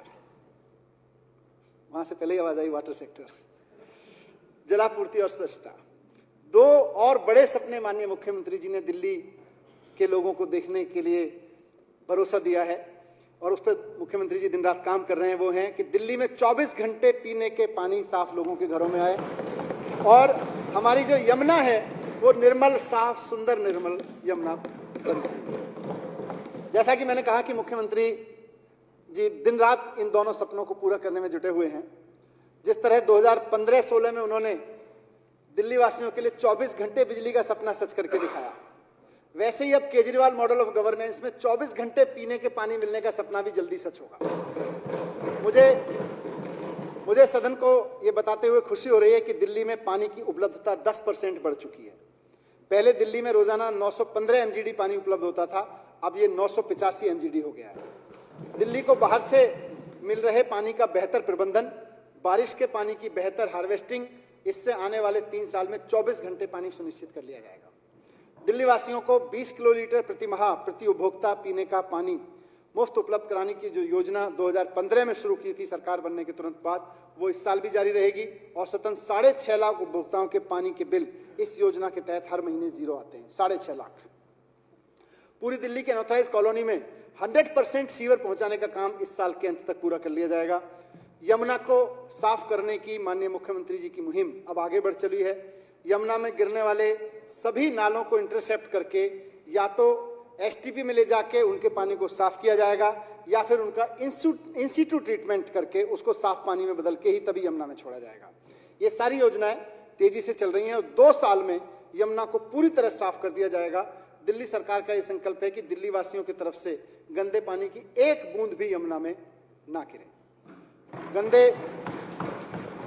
गंदे नालों और सीवर के ट्रीटमेंट किए गए पानी को इस्तेमाल करने की पॉलिसी पर भी अमल शुरू कर दिया गया है, जिसके अंतर्गत ये पानी बड़े ग्रीन बेल्ट्स को, फॉरेस्ट को, फार्म हाउसेस को, हॉर्टिकल्चर को दिया जाएगा। इससे हजारों बोरवेल भी बंद होंगे और नीचे का वाटर लेवल भी ऊपर आएगा। नजफगढ़ ड्रेन, इसको पुनर्जीवित करने के लिए विस्तृत योजना पर काम शुरू हो चुका है धरातल पे। पूरे नजफगढ़ ड्रेन में फ्लोटिंग वेटलैंड और फ्लोटिंग एयरेटर लगाकर यहां पानी को साफ किया जा रहा है। नजफगढ़ ड्रेन की इंसिटू सप्लाई का काम उसके दोनों तरफ की सड़कों के सौंदर्यीकरण का काम भी इसके साथ साथ शुरू होगा। नजफगढ़ ड्रेन जो पहले साहबी नदी के नाम से जाना जाता था, अब सीवर के गंदे पानी के कारण ये नजफगढ़ ड्रेन कहलाने लगा है। तो इसको साफ करके और इसके दोनों तरफ की सड़कों को सौंदर्यीकरण करके इसको पर्यटन स्थल के रूप में, आकर्षक पर्यटन स्थल के रूप में विकसित करके हम वापस दिल्ली की साहबी नदी का तोहफा देंगे। इसके लिए अलग से 705 करोड़ रुपए का प्रावधान इस बजट में किया गया है। पर्यावरण और वन क्षेत्र में अध्यक्ष महोदय, पर्यावरण का विषय पूरी दिल्ली के लिए गंभीर चिंता का विषय है। वायु प्रदूषण, जल प्रदूषण, बायोडायवर्सिटी में कमी, नॉइज पॉल्यूशन दिल्ली के पर्यावरण की गंभीर चुनौतियां हैं। वायु प्रदूषण की रोकथाम के लिए हमारी सरकार ने 1 अक्टूबर 2021 से 28 फरवरी 2022 के दौरान 10 point winter air action plan कार्यान्वित किया। इसके तहत पराली जलाने पर नियंत्रण, एंटी डस्ट कैंपेन, कूड़ा करकट जलाने की रोकथाम, आतिशबाजी पर पाबंदी, स्मोक टावर बनाना, अधिक पॉल्यूशन फैलाने वाले स्थानों की पहचान, ग्रीन वॉर रूम को मजबूत करना, ई कचरा पार्क की व्यवस्था और वाहन प्रदूषण नियंत्रण के उपाय इसमें शामिल हैं। दिल्ली सरकार ने न केवल हरित क्षेत्र के संरक्षण में बल्कि लगातार इसके विस्तार में भी अच्छी भूमिका निभाई है और मुझे इस सम्मानित सदन को ये बताते हुए खुशी हो रही है कि 7 प्रमुख बड़े शहरों में दिल्ली के पास सबसे बड़ा वन क्षेत्र लगभग 194.24 वर्ग किलोमीटर का है। दिल्ली का फॉरेस्ट और ट्री कवर 2019 में कुल ज्योग्राफिकल एरिया के 21.88% से बढ़ के 2021 में 23.06% हो गया है। ये भी बढ़ गया है। सरकार ने पिछले 2 साल में 11 शहरी वन विकसित किए हैं जो तेजी से बढ़ रहे शहरी कंक्रीट निर्माण में एक हरित स्थल का महत्वपूर्ण भूमिका निभा रहे हैं। महोदय, दिल्ली में बड़ी संख्या में पालतू पशु हैं और उनके लिए स्वस्थ देखभाल की आवश्यकता है। इस आवश्यकता को पूरा करने के लिए मैं बजट में हर तरह के पशुओं के लिए उपचार के लिए दिल्ली के पहले सरकारी पशु चिकित्सालय महाविद्यालय की स्थापना के लिए नई स्कीम का प्रस्ताव करता हूं। वित्तीय वर्ष 2022-23 में पर्यावरण और वन क्षेत्र में के लिए 266 करोड़ रुपए का बजट मैं प्रस्तुत करता हूं। ईमानदारी और दूरदर्शिता का एक हर क्षेत्र में नए आयाम केजरीवाल मॉडल ऑफ गवर्नेंस से निकले। अध्यक्ष महोदय, 21वीं सदी में अपने किसी काम के लिए अगर नागरिकों को सरकारी दफ्तर के चक्कर लगाने पड़े तो ये सरकारों के पिछड़ेपन की निशानी है, दूरदर्शिता की निशानी नहीं है। सरकारी दफ्तर में भ्रष्टाचार की निशानी है। केजरीवाल सरकार ने ईमानदार और दूरदर्शी सरकार होने का परिचय देते हुए विभिन्न सरकारी दफ्तरों की सेवाओं को अब तक डोर स्टेप डिलीवरी से जोड़ा है। अभी तक 100 तरह की सरकारी सेवाओं के लिए 4,11,000 बार इसकी सेवाएं ली जा चुकी हैं दिल्ली में। सरकारी दफ्तरों से भ्रष्टाचार खत्म करने और आम आदमी को रिश्वतखोरी से बचाने के लिए डोर स्टेप डिलीवरी की एक क्रांतिकारी योजना भी माननीय मुख्यमंत्री जी के नेतृत्व में तैयार हुई और इसी सदन में मेरे द्वारा प्रस्तुत पिछले 7 बजट में से एक में यहां प्रस्तुत की गई थी। आने वाले साल में डोर स्टेप डिलीवरी की सेवा 300 तरह की सरकारी कार्यों और सेवाओं में जोड़ी जाएगी। ट्रांसपोर्ट सेक्टर, अध्यक्ष महोदय, दफ्तरों, मैंने डोर स्टेप डिलीवरी की बात की, दफ्तरों के चक्कर ना लगाने की जरूरत पड़े इसकी बात की, लेकिन दफ्तरों के चक्कर लगाने से मुक्ति का सबसे शानदार कदम दिल्ली सरकार ने ट्रांसपोर्ट डिपार्टमेंट में उठाया है। आजादी के इतिहास में पहली बार किसी मुख्यमंत्री ने जाके ट्रांसपोर्ट विभाग की उस खिड़की को ताला लगा दिया जिसमें लोगों को लंबी लाइन लगा के खड़ा होना पड़ता। मॉडर्न टेक्नोलॉजी का इस्तेमाल करते हुए उस खिड़की में होने वाले काम को, उस दफ्तर को पूरी तरह से, उस काम को पूरी तरह से फेसलेस कर दिया। मौजूदा समय में परिवहन विभाग फेसलेस रूप से 47 सेवाओं का संचालन कर रहा है और इस कार्यक्रम से 7 मार्च 2022 को ये किया गया था। 7 मार्च 2022 से 11 लाख से अधिक आवेदक इसका लाभ उठा चुके हैं फेसलेस सेवाओं का। ट्रांसपोर्ट डिपार्टमेंट ने एक और महत्वपूर्ण कदम उठाया है। नई गाड़ियों की खरीद के बाद लोगों को आरसी लेने के लिए सरकारी दफ्तरों में भागना पड़ता था, लेकिन गाड़ी बेचने वाले वाहन विक्रेता को ही अब ट्रांसपोर्ट डिपार्टमेंट ने आरसी देने का अधिकार दे दिया है, तो इससे लोगों को सरकारी दफ्तरों के चक्कर नहीं लगाने पड़ते। इसी तरह का एक और प्रोग्रेसिव कदम लर्निंग लाइसेंस बनाने की दिशा में भी उठाया गया है। लर्निंग लाइसेंस के लिए भी लोगों को लाइन में लग के धक्के खा के लर्निंग लाइसेंस बनवाना पड़ता था। अब दिल्ली में लर्निंग लाइसेंस बनाने के इच्छुक लोगों को ट्रांसपोर्ट डिपार्टमेंट में नहीं आना पड़ता। चेहरा पहचानने वाले आर्टिफिशियल इंटेलिजेंस वाले सॉफ्टवेयर की मदद से आम लोग अपना लाइसेंस, लर्निंग लाइसेंस अब घर पे बैठ के बनवा ले रहे हैं। यह भी देश में पहली बार हुआ है। इसीलिए मैंने कहा ट्रांसपेरेंसी, ऑनेस्टी, दूरदर्शिता, विजन। ट्रांसपोर्ट विभाग की एक और उपलब्धि से मैं सदन को अवगत कराना जरूरी समझता हूं कि दिल्ली में पहली बार बसों का बेड़ा 7003 क्रॉस कर चुका है। अब तक के दिल्ली के इतिहास में यह सबसे बड़ी बसों की संख्या है।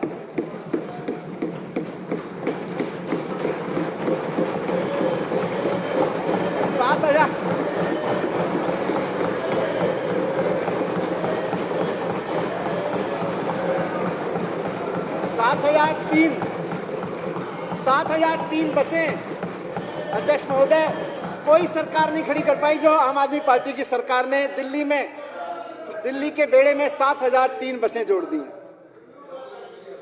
अध्यक्ष महोदय, हमारी सरकार 2019 में से डीटीसी और क्लस्टर बसों में महिलाओं को मुफ्त यात्रा की सुविधा उपलब्ध करा रही है और मैं इस सुविधा को जारी रखने का प्रस्ताव करता हूं और इसके लिए बजट में 250 करोड़ रुपए का आवंटन किया। परिवहन और सड़क और पुलों के लिए कुल 9,539 करोड़ रुपए का प्रस्ताव इस बजट में। रोड इंफ्रास्ट्रक्चर, महोदय, सरकार शहर में रोड इंफ्रास्ट्रक्चर मजबूत करने के लिए प्रतिबद्ध है। आश्रम चौक पर अंडरपास का काम पूरा हो चुका है। प्रगति मैदान पर दूसरा अंडरपास मई 2022 तक तैयार हो जाएगा। दिल्ली में 5 पुल, 2 अंडरपास और 1 पैदल सबवे और डीएनडी फ्लाईओवर का आश्रम तक विस्तार का कार्य 2022-23 में पूरा हो जाएगा। इससे त्रिनगर, इंदरलोक, करमपुरा, रामपुरा, नांगलोई, बसई दारापुर, कोंडली, आश्रम चौक से भीड़भाड़ करने में, इन सारे सेक्टर्स में भीड़भाड़ कम करने में मदद मिलेगी।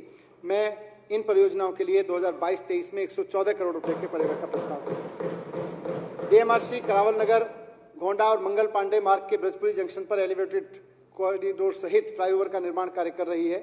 इसके लिए बजट में 100 करोड़ रुपए का परिव्यय का प्रस्ताव है। सरकार दिल्ली के नागरिकों के लिए विभिन्न निर्वाचन क्षेत्रों में करीब 11,000 निःशुल्क वाईफाई हॉटस्पॉट स्थापित कर चुकी है। औसतन 4 लाख लोग प्रतिदिन इन सेवाओं का उपयोग कर रहे हैं। महोदय, हमारी सरकार ने आजादी के 75वें वर्ष के समारोह के अंतर्गत दिल्ली में 500 स्थानों पर भव्य राष्ट्रीय ध्वज फहराने की योजना बनाई थी। सम्मानित सदन को यह बताते हुए मुझे हर्ष हो रहा है कि अब तक दिल्ली के विभिन्न स्थलों पर 125 राष्ट्रीय ध्वज लहराए जा चुके हैं और शेष काम अगस्त 2022 तक आजादी के 75वें वर्ष में ही पूरा कर लिया जाएगा। अध्यक्ष महोदय, थोड़ी सी बात सामाजिक सुरक्षा और वेलफेयर के काम पर भी मैं रखना चाहूंगा। जब कोविड के दौरान लोगों की नौकरियां गईं और लोगों के व्यापार बंद हुए, लोगों ने जब अपनी जान गंवाई, परिवारों में कमाने वाला व्यक्ति कोविड का शिकार होकर उनको छोड़ के चला गया, तो उस दौरान केजरीवाल सरकार एक परिवार की तरह से उन परिवारों के साथ खड़ी हुई। एक बड़े भाई की तरह से माननीय मुख्यमंत्री ने एक एक परिवार के दर्द को समझा। दिल्ली पहला ऐसा राज्य था जहां यह योजना बनाई गई कि कोविड के कारण जिस व्यक्ति की भी मृत्यु हुई है उसके परिवार को तुरंत 50,000 रुपए की राशि उपलब्ध कराई जाएगी। अब तक 27,322 परिवारों को इस योजना के तहत राशि दी जा चुकी है। सिर्फ इतना ही नहीं, कोविड के कारण अगर किसी परिवार ने अपना कमाऊ सदस्य का साथ खो दिया है तो दिल्ली सरकार की ओर से उसके आश्रितों को 2,500 रुपए प्रति माह की पेंशन शुरू की गई है। यहाँ यह भी गौरतलब है कि यह पेंशन उस परिवार को मिल रही किसी अन्य पेंशन, अगर उसको कोई और पेंशन मिल रही है तो उसके ऊपर दी जाएगी, उससे अलग दी जाएगी। कोविड के कारण अनाथ हुए बच्चों की पढ़ाई और इलाज का खर्चा सरकार उठा रही है और साथ ही प्रत्येक बच्चे की 2,500 रुपए प्रति महीना पेंशन भी दे रही है। महोदय, हमारी सरकार वरिष्ठ नागरिकों, महिलाओं, दिव्यांगजनों और सुविधा वंचित वर्गों के सामाजिक और आर्थिक कल्याण को लेकर काफी सक्रिय है। इसके तहत 8.5 लाख लाभार्थियों के लिए 2,000 से 2,500 रुपए प्रति माह की पेंशन दी जा रही है। मैं वर्ष 2022-23 में इन लाभार्थियों के लिए 3,062 करोड़ रुपए की राशि का प्रस्ताव करता हूं। SC, ST और गरीब परिवारों से आने वाले छात्रों के डॉक्टर, इंजीनियर या वकील या सिविल सर्विस में जाने के सपने आ गया उसी में। इसके लिए दिल्ली सरकार ने जय भीम मुख्यमंत्री प्रतिभा विकास योजना शुरू की है। इसके तहत करीब 13,136 युवा दिल्ली के सुप्रसिद्ध कोचिंग संस्थानों से अपने कैरियर की परीक्षा की कोचिंग ले रहे हैं। वित्त वर्ष 2022-23 में लाभार्थियों की संख्या बढ़ाने के लिए मैं इस योजना के तहत 160 करोड़ रुपए के परिव्यय का प्रस्ताव करता हूं। बजट अनुमान 2022-23 के लिए समाज कल्याण विभाग, महिला एवं विकास कल्याण विभाग, अनुसूचित जाति, अनुसूचित जनजाति, अन्य पिछड़ा वर्ग कल्याण और खाद्य और नागरिक आपूर्ति के लिए 4,843 करोड़ रुपए की राशि का मैं प्रावधान करता हूं। अध्यक्ष महोदय, केजरीवाल मॉडल ऑफ गवर्नेंस में दिल्ली का श्रमिक दिल्ली की अर्थव्यवस्था का एक अहम हिस्सा रहा है और जैसा मैंने अभी जिक्र किया कि दुनिया में इकोनॉमी को आगे बढ़ाने के लिए मजदूरों की भी वेतन को बहुत कंसीडर किया गया, हमेशा कंसीडर किया गया। इसलिए 2015 में इसका आधार रखा गया दिल्ली में और दिल्ली सरकार ने 2015 में ही दिल्ली में श्रमिकों का न्यूनतम वेतन देश में सबसे ज्यादा कर दिया और आज भी मिनिमम वेजेस दिल्ली में सबसे ज्यादा हैं। कोविड की महामारी के दौरान काम और बाजार बंद होने का सबसे ज्यादा असर श्रमिकों के ऊपर पड़ा है। इसमें सबसे ज्यादा प्रभावित निर्माण श्रमिक हुए। निर्माण श्रमिकों के दर्द को समझते हुए दिल्ली सरकार ने बड़े पैमाने पर निर्माण श्रमिकों के रजिस्ट्रेशन की मुहिम चलाई और श्रमिकों को सहायता देने की प्रक्रिया को आसान बनाते हुए 500 करोड़ रुपए की राशि 5 लाख से ज्यादा निर्माण श्रमिकों के खाते में सहायता के रूप में। पावर सेक्टर, अध्यक्ष महोदय, दिल्ली के नागरिकों को अब 24 घंटे 7 दिन बिना किसी परेशानी के बिजली आपूर्ति की जा रही है। 200 यूनिट तक बिजली की खपत करने वाले उपभोक्ताओं के लिए सरकार की शून्य बिजली बिल योजना बेहद सफल रही है और ऊर्जा संरक्षण में इसका बहुत योगदान रहा है। सरकार 1984 के दंगा पीड़ितों को 400 यूनिट तक बिजली की खपत के लिए 100% सब्सिडी भी देती है। विद्युत सब्सिडी योजना का विस्तार न्यायालय परिसर के भीतर वकीलों के कक्षों तक भी कर दिया गया है। इसी तरह दिल्ली के सभी कृषि उपभोक्ताओं को भी कनेक्शन के लिए सब्सिडी दी जाती है। ये योजनाएं केजरीवाल मॉडल ऑफ गवर्नेंस की स्तंभ पहचान है।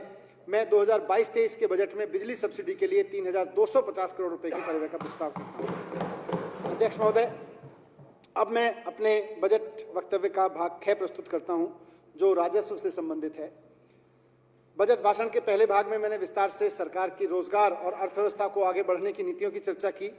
इस लक्ष्य की पूर्ति के लिए सरकार लगातार अपने संसाधनों को बढ़ाने के लिए भी काम कर रही है। कोविड के कारण पिछले साल हमारे रेवेन्यू में काफी कमी रही, हालांकि 21-22 के लिए रेवेन्यू कलेक्शन में पिछले साल की तुलना में संतोषजनक बढ़ोतरी भी हुई। वर्तमान वित्त वर्ष के दौरान फरवरी 2022 तक हमने 35,112 करोड़ रुपए का रेवेन्यू कलेक्शन किया है। इसमें पिछले वर्ष फरवरी 2021 की तुलना में 39% की बढ़ोतरी हुई है।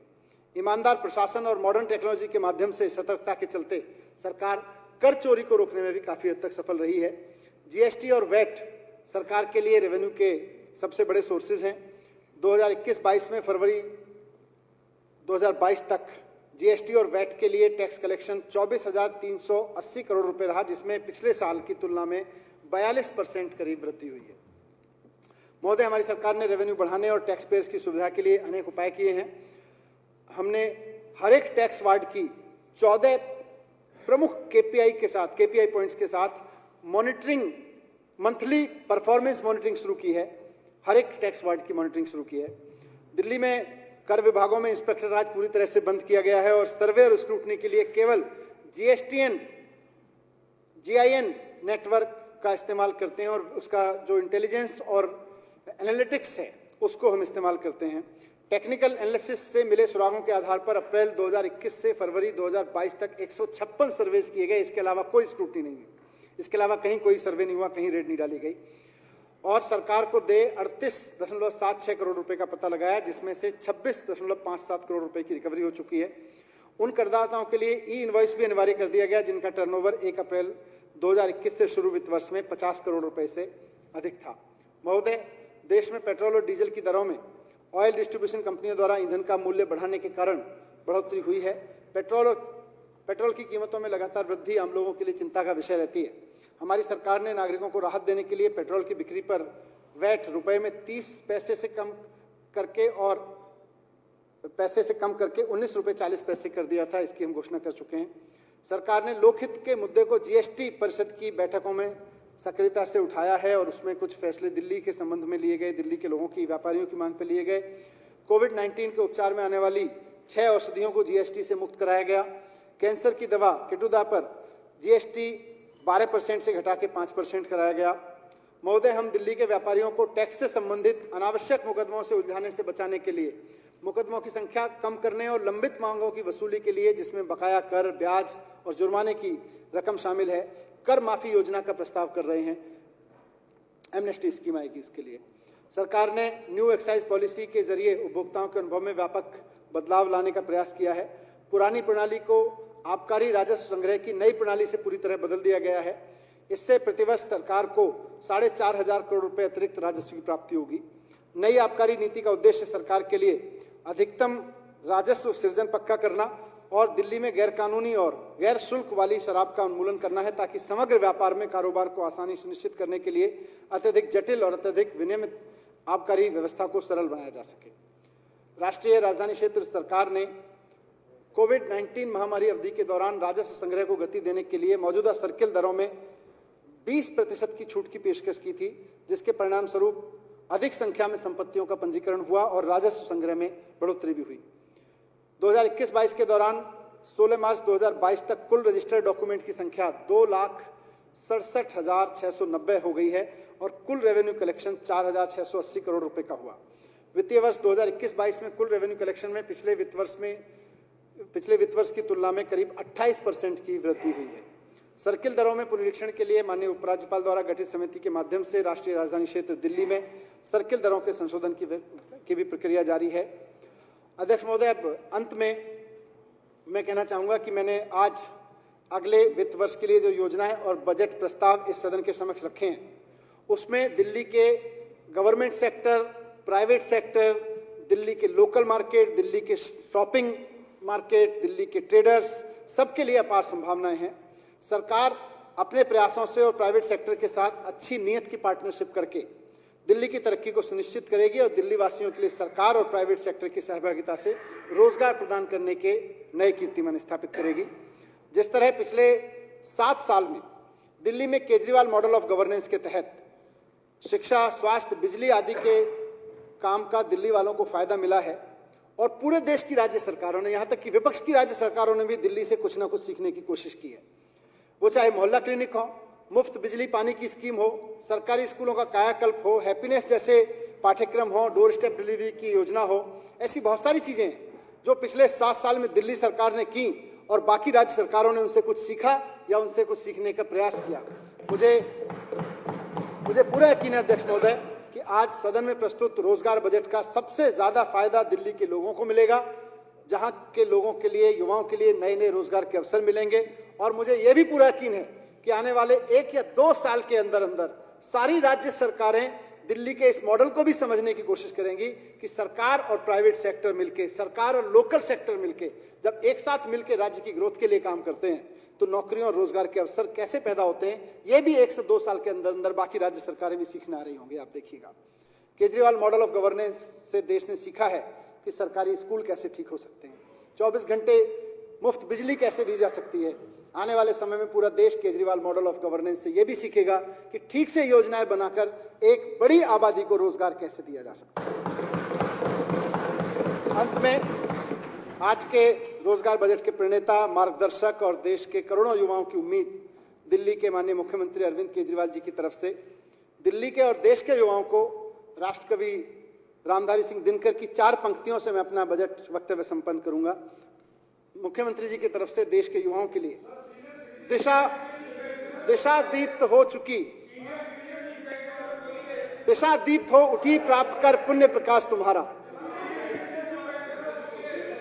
दिशा दीप्त हो उठी, प्राप्त कर पुण्य प्रकाश तुम्हारा, लिखा जा चुका अनल अक्षरों में इतिहास तुम्हारा। आपको बजट पे चर्चा करने का अवसर मिलेगा ना, बजट पे चर्चा करने का अवसर मिलेगा ना, बजट पे चर्चा होगी ना, चर्चा में बात रखिएगा, ये बजट में चर्चा होगी ना, जो कुछ आपने कहना बजट की चर्चा में कहिए। बैठ जाइए प्लीज, बैठिए, मैं प्रार्थना कर रहा हूँ, बैठिए। वाजपेयी जी बैठ गया, वाजपेयी जी बैठिए, आप बैठिए। अध्यक्ष महोदय बैठिए, वाजपेयी जी मैं आपसे रिक्वेस्ट कर रहा हूँ, बैठिए, आप बैठिए प्लीज, आप बैठ जाइए प्लीज, वाजपेयी जी बैठिए प्लीज। मैं आपसे वाजपेयी जी मैं आपसे हाथ जोड़ के रिक्वेस्ट कर रहा हूं, बैठिए, बैठ जाइए, आप बैठ जाइए। आपको बजट भाषण पर चर्चा करने का अवसर मिलेगा ना, तब चर्चा करिएगा, तब बात रखिएगा अपनी, नहीं ऐसा नहीं चलेगा। बैठ जाइए, आप बैठिए। अध्यक्ष महोदय मैं बैठ जाइए प्लीज, वाजपेयी जी मैं आपको चेतावनी दे रहा हूं, बैठ जाइए, हाँ बैठ जाइए। अध्यक्ष महोदय मैं बैठ जाइए, मैं चेतावनी, मैं आपको चेतावनी दे रहा हूं, बैठ जाइए, मैं चेतावनी दे रहा हूं, बैठ जाइए। वाजपेयी जी, अध्यक्ष महोदय मैं आपकी अनुमति से आपको बजट पर चर्चा करने का अवसर मिलेगा, उसमें चर्चा करिएगा। अपने वक्तव्य के आप बैठ जाइए, बैठ जाइए। जाइए। दिनकर की 4 पंक्तियां माननीय मुख्यमंत्री जी की तरफ से देश के युवाओं को समर्पित कर रहा हूं। दिशा दीप्त हो उठी, प्राप्त कर पुण्य प्रकाश तुम्हारा, लिखा जा चुका अनल अक्षरों में इतिहास तुम्हारा। जिस मिट्टी ने लहू पिया वह फूल खिलाएगी ही, अंबर पर घन बन छाएगा उच्छ्वास तुम्हारा। वह प्रदीप जो दिखा रहा है झिलमिल दूर नहीं है, थक कर बैठ न जाना भाई, थक कर बैठ न जाना भाई, मंजिल दूर नहीं है। बहुत बहुत धन्यवाद अध्यक्ष महोदय। जय हिंद, जय भारत।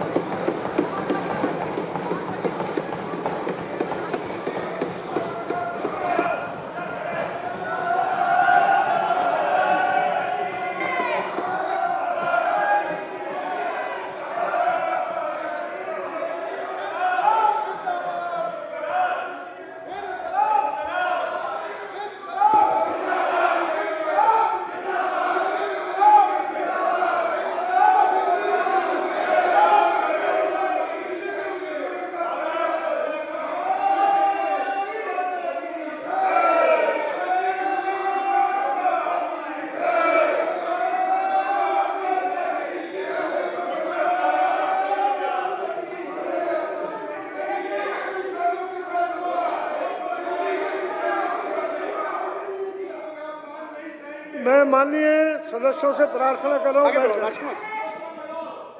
चलिए हो गया। वाजपेयी जी बैठ जाइए, आपको मैं बहुत देर से वार्निंग दे रहा हूँ, बैठ जाइए।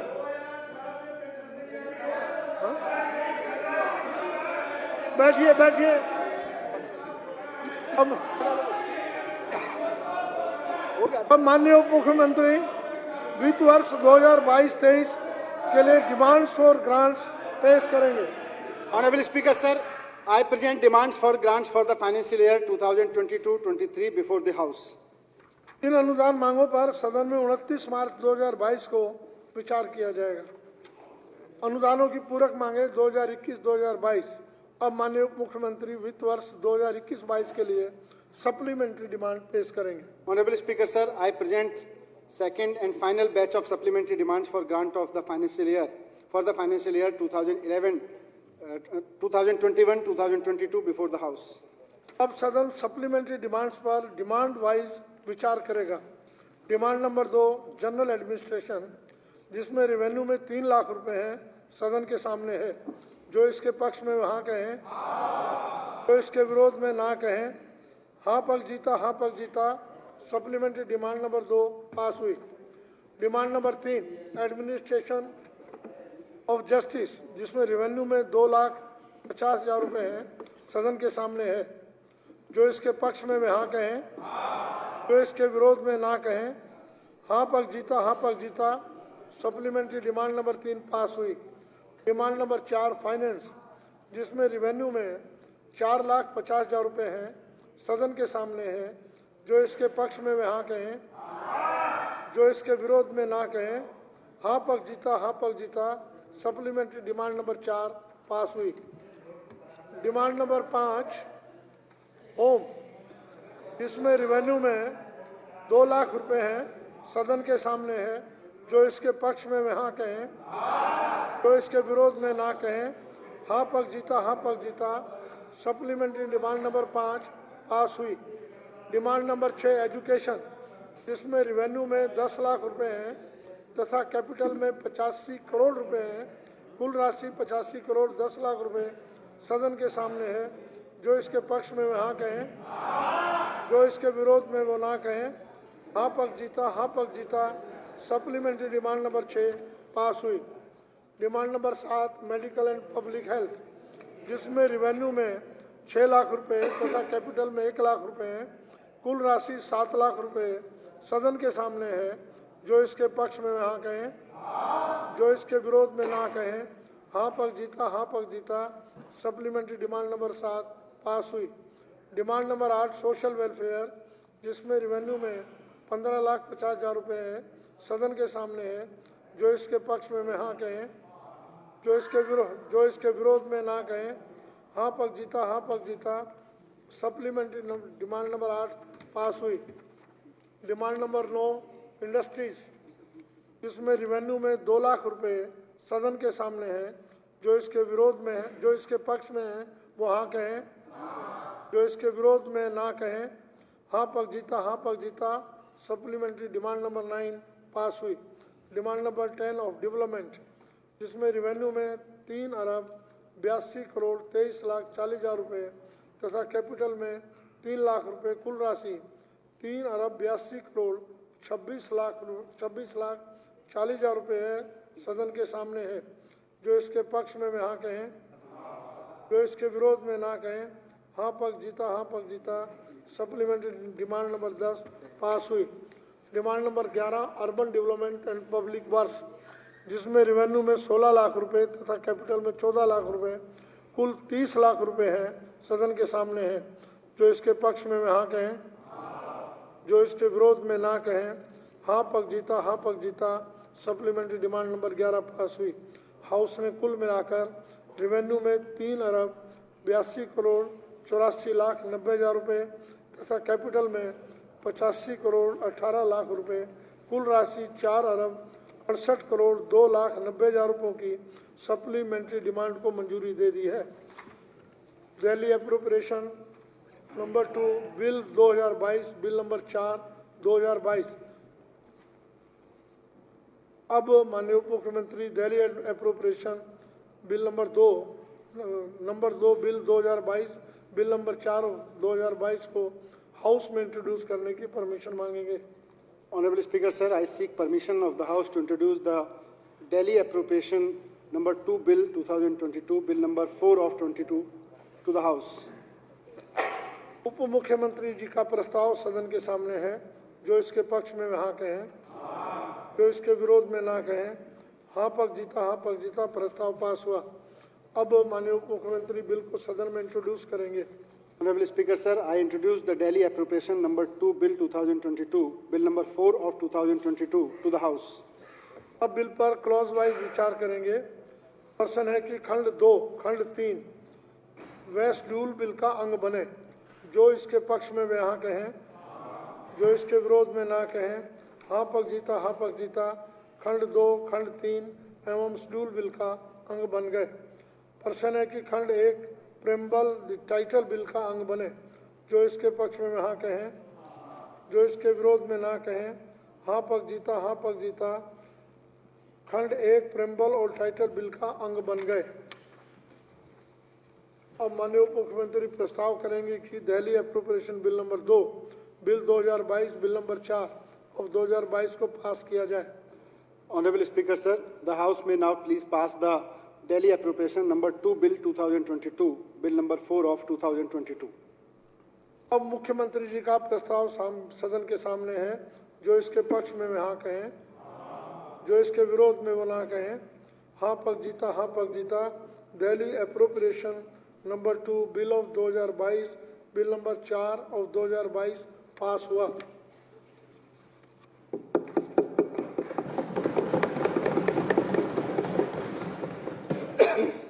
अब सदन की कार्रवाई सोमवार दिनांक 28 मार्च 2022 को पूर्वाह्न 11 बजे तक के लिए स्थगित की जाती है।